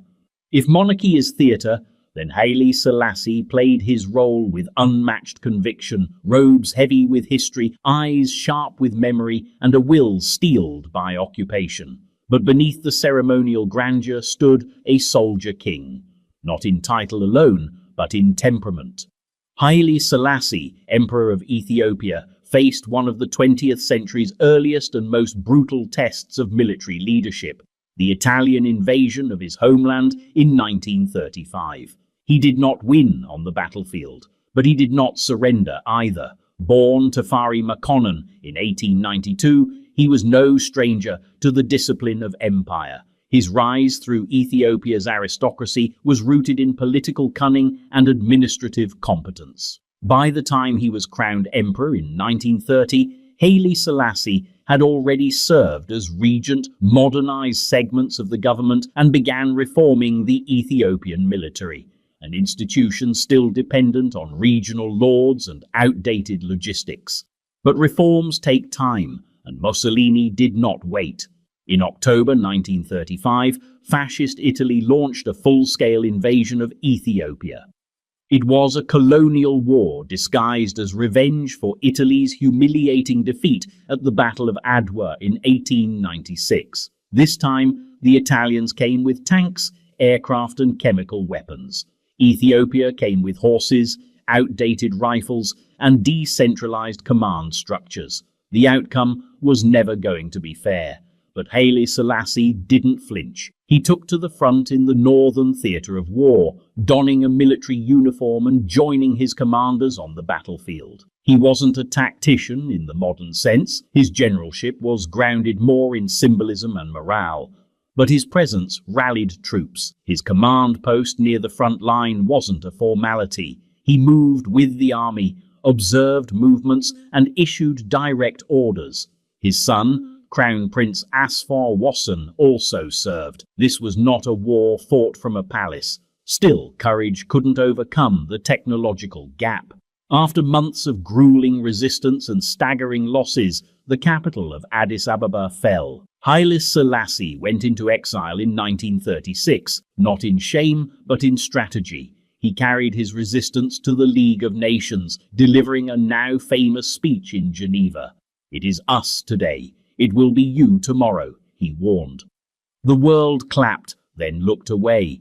But Haile Selassie did not wait for sympathy. He waited for opportunity. With the outbreak of World War II, fortunes shifted. British forces, with Ethiopian support, launched the East African Campaign in 1940. By early 1941, Haile Selassie returned to Ethiopia, this time not as a fugitive monarch but as a rallying symbol for national liberation. He re-entered the country through Sudan, joining Allied forces and local resistance fighters. It wasn't a triumphant military comeback, but a strategic one. Within months, Italian forces surrendered and Haile Selassie was restored to his throne. He spent the rest of his reign wrestling with modernization, Cold War politics, and domestic unrest. But he never shed the imprint of military service. His leadership was rooted in a soldier's endurance: lose ground, regroup, return. Haile Selassie's uniform didn't guarantee victory, but it meant something. In a century that saw empires fall and tyrants rise, he stood as a reminder that some monarchs still marched with their men and came back for them.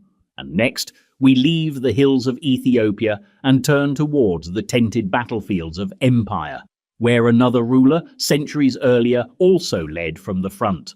A conqueror whose name still echoes across continents. A warrior emperor whose very presence on the battlefield changed the fate of entire regions. 22. Rainier III, Prince of Monaco. Long before he became the world's most photographed sovereign, married to a Hollywood starlet and ruling over Europe's glitziest postage stamp, Rainier III of Monaco was just another young man in uniform. Not born into excess, but into uncertainty. Not born to playboy myth, but to post-war fracture, and before he ever ruled a principality known more for yachts than tanks, he served in a war that had none of Monaco's sparkle, only the cold arithmetic of survival. Born in 1923, Rainier Louis-Henri Maxence Bertrand Grimaldi was a student when World War II consumed Europe.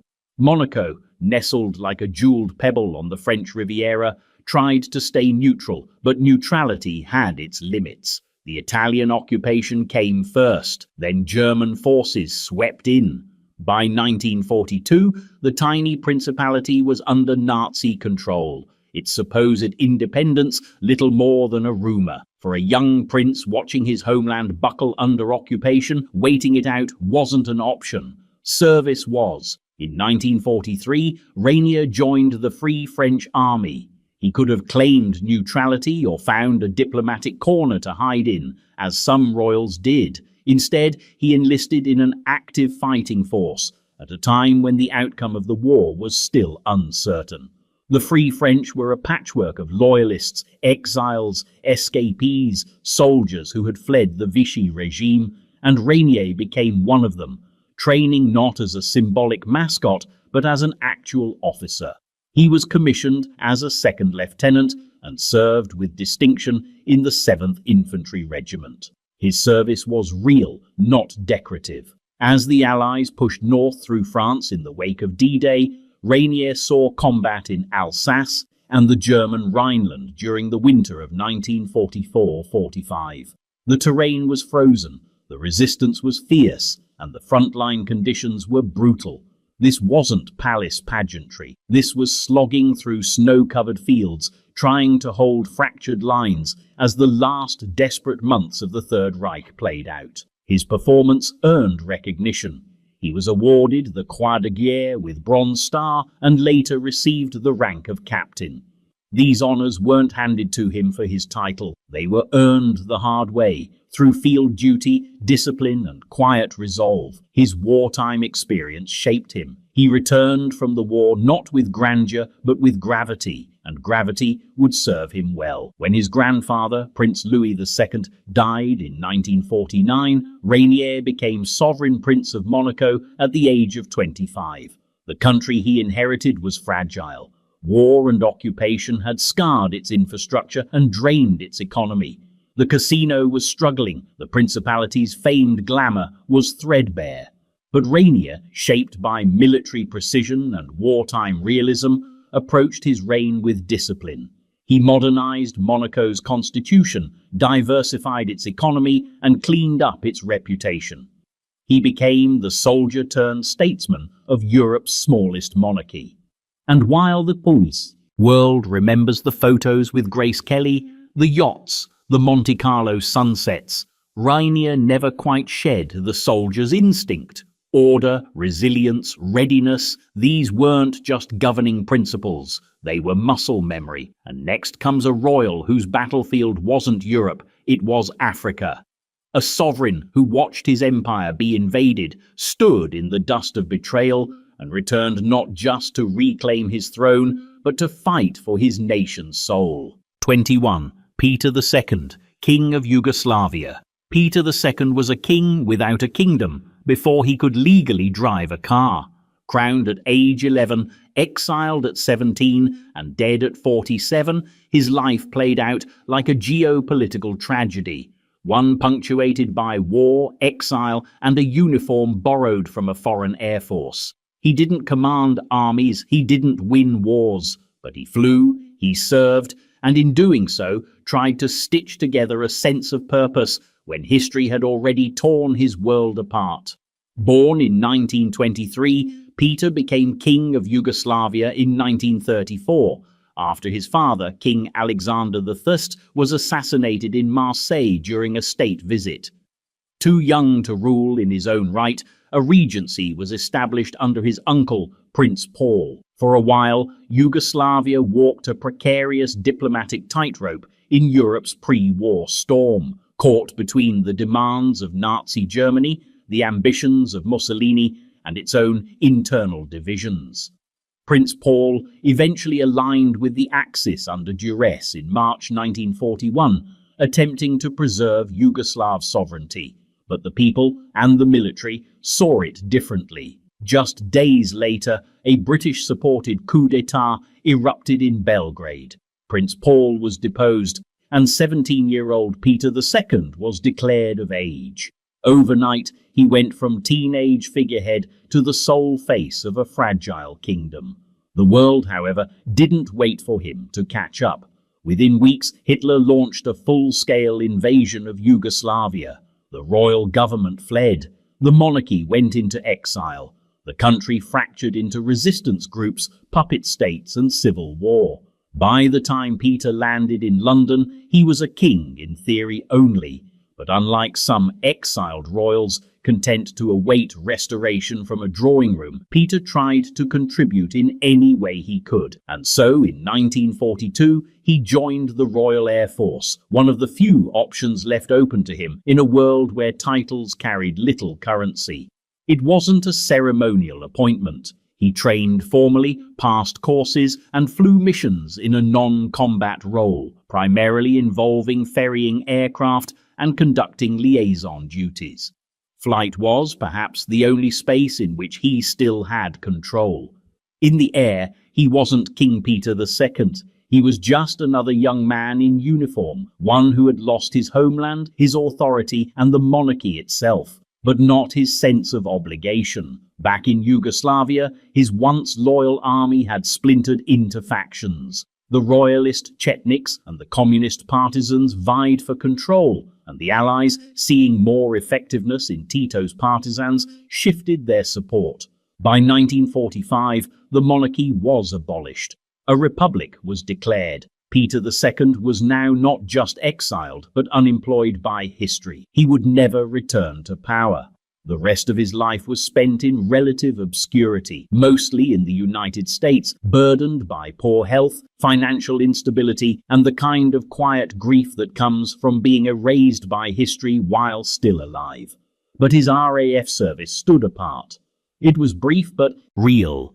Not a pageant, not a headline, just a displaced king choosing to serve someone else's country when his own was gone. And next comes a prince who fought not with dynasties behind him, but with the dust of occupied Europe on his boots. A royal who wore French colours, marched in real combat, and later ruled a micro-state with a soldier's eye and a survivor's memory. 20. Michael I, King of Romania. Michael I was a king twice, but a child the first time and an exile the second. Sandwiched between dictatorships, royal coups and foreign occupation, his reign was less about ceremony and more about survival. Yet in one rare, decisive moment, he wielded his authority with surgical precision and did something few monarchs in history ever manage. He ended a war for his country mid-battle with a single order. Born in 1921 to King Carol II and Queen Eleanor of Greece, Michael was first crowned at the age of 6 after his father's abdication. It was a reign in name only, symbolic and short-lived. When Carol II returned to power in 1930, Michael was demoted to Crown Prince, his role reduced to state appearances and polite nods at parades. But history had other plans. In 1940, as Europe was plunging deeper into the chaos of World War II, Carol II was forced to abdicate again. This time, Michael became king under vastly more dangerous circumstances. Romania was being carved up by neighboring powers, Soviets in the east, Hungarians in the north, and the looming threat of Nazi Germany everywhere else. The military dictatorship of General Ion Antonescu soon took control, and though Michael remained king in title, real power belonged to Antonescu and his alliance with Hitler. Michael was sidelined, his movements monitored, his speeches ghost-written, but he watched quietly as Romania became more deeply entangled in the Axis war effort. Romanian troops were sent to fight alongside the Germans on the Eastern Front, especially during the disastrous Stalingrad campaign, where they suffered massive losses. The country's resources were drained, and its sovereignty was a shell. By 1944, with the tide of war turning and Soviet forces advancing toward Romania's borders, Michael made his move. On August the 23rd, in a plan so secret that even many of his own advisors were unaware, King Michael summoned Antonescu to the royal palace under the pretense of consultation. Once inside, Antonescu was presented with a demand: sign an armistice with the Allies or be removed from power. When he refused, Michael had him arrested by royal guards, effectively staging a bloodless coup. Within hours, the king announced over the radio that Romania had changed sides. The country exited its alliance with Nazi Germany and joined the Allies. German troops still stationed in Romania were suddenly enemies, and Soviet forces were welcomed in as liberators.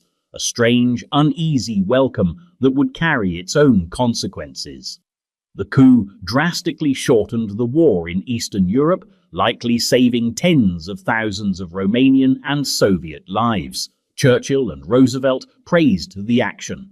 Stalin smiled and then made his own plans. Though the war ended with Michael hailed briefly as a hero, the post-war period saw Romania fall behind the Iron Curtain. Soviet-backed communists gradually took control. In 1947, under intense pressure from Moscow and the Romanian Communist Party, Michael was forced to abdicate at gunpoint and sent into exile. His act of defiance, reclaiming control from a dictatorship, redirecting the course of a nation in a single day, remained the most significant moment of his reign.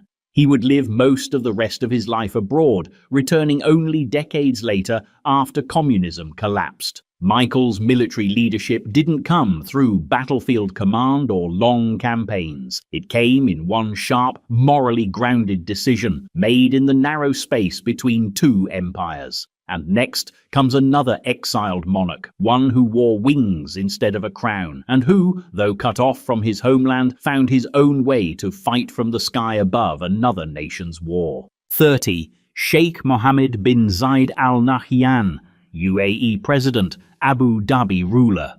In the shimmering glass and steel skyline of Abu Dhabi, it's easy to forget that the United Arab Emirates is a very recent invention. Just decades ago, it was a federation of desert principalities held together by shared lineage, cautious diplomacy, and an oil-fueled sprint toward modernity. In that volatile terrain, between tradition and transformation, rose Sheikh Mohammed bin Zayed Al Nahyan, better known as MBZ, Today, he is president of the UAE, ruler of Abu Dhabi, and arguably one of the most influential military minds in the Middle East. But long before the geopolitical calculus, there was a uniform, a flight helmet, and a Sandhurst education. Born in 1961, Mohammed bin Zayed grew up in the shadow of his father, Sheikh Zayed bin Sultan Al Nahyan, the founding father of the UAE. From early on, he was not just expected to inherit power,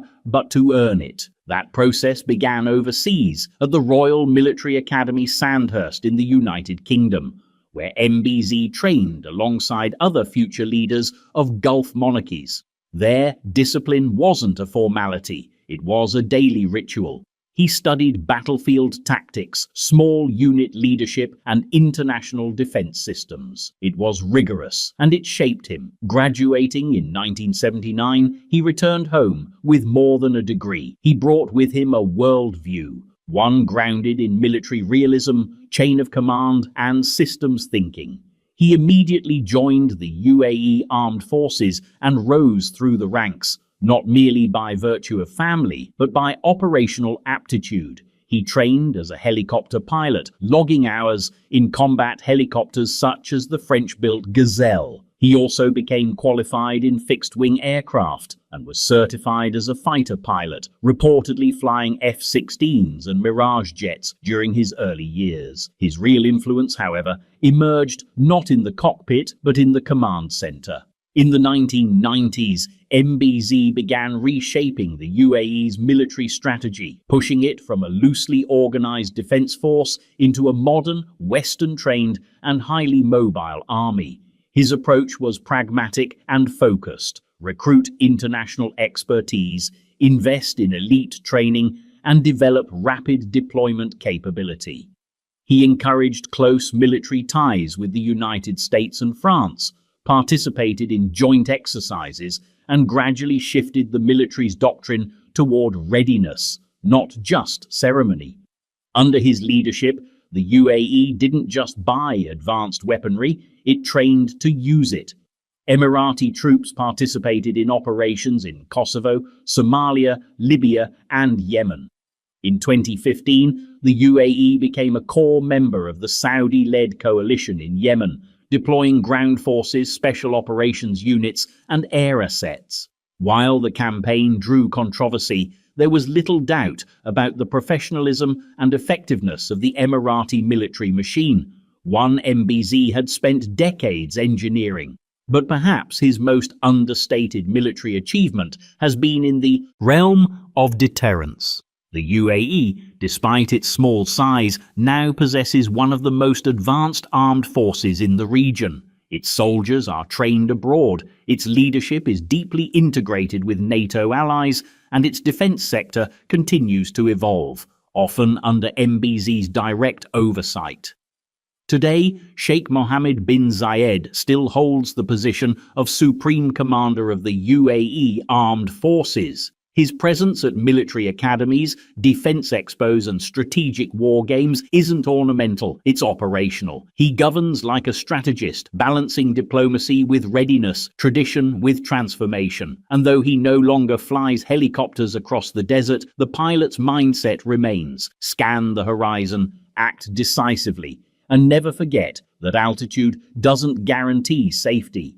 It only gives you the advantage to see further, plan faster, and respond first. With him, the long arc of military royalty comes full circle. From ancient warrior kings to modern commanders-in-chief, these 30 royals remind us that sometimes the crown weighs less than the uniform and lasts longer only if it's earned. 29. Qaboos bin Said, Sultan of Oman. Not every monarch begins his reign with a coup, and fewer still orchestrate it against their own father. But Qaboos bin Said wasn't interested in ruling for tradition's sake. He was interested in pulling his country out of the past, one boot, one policy, one regiment at a time. Before he was Oman's longest reigning ruler, Qaboos was a soldier, trained in the British military tradition, armed with a Sandhurst education, and the kind of calm precision that doesn't shout authority, it quietly assumes it. Born in 1940, Qaboos was educated in India and later at the Royal Military Academy Sandhurst in the United Kingdom, where young officers from across the former empire were still shaped by British doctrine, discipline, and a distinct emphasis on order. He wasn't just ticking royal boxes, he completed the full officer training course, commissioning into the British Army. After Sandhurst, he served with a British infantry battalion in West Germany during the Cold War, gaining hands-on experience in NATO operations at a time when Europe sat on the edge of a potential East-West eruption. But it wasn't Europe he was training for. It was home. When Qaboos returned to Oman in the 1960s, he found a country sealed off from the modern world. Under the rule of his father, Sultan Saeed bin Taimur, Oman had no television, no newspapers, and barely any infrastructure. The armed forces were small, underfunded, and fractured. Civil unrest was rising, especially in Dhofar, the southern province that had become a breeding ground for Marxist insurgency. The Sultan's response was repression and isolation. Qaboos saw the writing on the wall, and in 1970, with the quiet backing of the British, he overthrew his father in a palace coup. It was almost bloodless. His father was exiled to London, and Qaboos took the throne not with grand speeches, but with a singular focus: modernization. His military training wasn't just a background footnote, it became the blueprint for rebuilding Oman from the ground up. The Dhofar rebellion became his first real test. A communist insurgency supported by South Yemen and Soviet-aligned states, the conflict threatened to split the country apart. Qaboos didn't just send troops, he joined them. Wearing the uniform of Supreme Commander, he visited frontline units, flew in military helicopters, and built morale from within. With British Special Forces and Iranian troops supporting him, he initiated a multi-pronged strategy: military offensives to retake territory, infrastructure projects to win local support, and amnesty programs to peel fighters away from the insurgency. By 1976, the rebellion was crushed, not just through force, but through a counterinsurgency strategy that blended warfare with governance, something Qaboos understood from both his military training and his political instincts. Over the decades, he transformed the Sultan's armed forces into one of the most respected in the Gulf region. He invested heavily in officer education, military hardware, and international partnerships. Under his command, Oman remained neutral, stable, and surprisingly independent in a region marked by volatility and alliances of convenience. Qaboos rarely gave interviews. He didn't grandstand, but when he appeared in uniform, crisp, measured, reserved, it wasn't just ceremonial. It was a reminder that Oman's transformation came not from outside pressure, but from within. From a soldier who studied the world abroad, returned to a nation stuck in time, and led it, patiently, deliberately, into the modern era. And finally, we arrive in the present, to a royal who didn't just follow the path of military service, but used it to climb the ranks of his nation's power structure. A leader trained in the British mold, piloting fighter jets over desert skies and rising through strategy, not accident, to command not just armed forces, but a federation. 28. Narasuan, King of Ayutthaya Siam. In the historical imagination of Thailand, King Narasuan isn't just remembered, he's revered. He's not portrayed as a distant ruler seated on a throne, but as a warrior on horseback, charging into battle, blade drawn, face locked with his enemy. He led from the front, he fought for independence, and in an age when empires expanded with muskets and treaties, Narasuan carved sovereignty out of steel and determination. Born in 1555 into the royal family of the Ayutthaya Kingdom, then Siam, Narasuan's early life was shaped by a hostage exchange, common diplomatic currency in the region at the time. As a young prince, he was taken to the Burmese court at Pegu, following Ayutthaya's submission to Burma under King Bayanaung. There, He was raised not as a prisoner, but as a royal guest, yet the political undertone was unmistakable. He was leverage. The message was clear. Siam was not free, but this experience, rather than breaking him, forged him. At the Burmese court, he studied warfare, politics, and military customs. He learned the strengths and weaknesses of his future enemies firsthand, and when he was finally allowed to return home, he brought with him more than just experience. He brought a resolve to end Burmese domination once and for all. At the age of 16, Naresuan was appointed Uparaja, essentially the crown prince and viceroy of Phitsanulok, a key northern province. By 20, he was leading military campaigns, pushing back against regional threats and slowly building his reputation as a fearless, decisive commander. The turning point came in 1584, when the Burmese monarchy was destabilized by internal strife. Naresuan seized the moment. He openly declared Siam's independence from Burma, defying one of the most powerful empires in the region. What followed was a string of battles that would define his reign and his legend.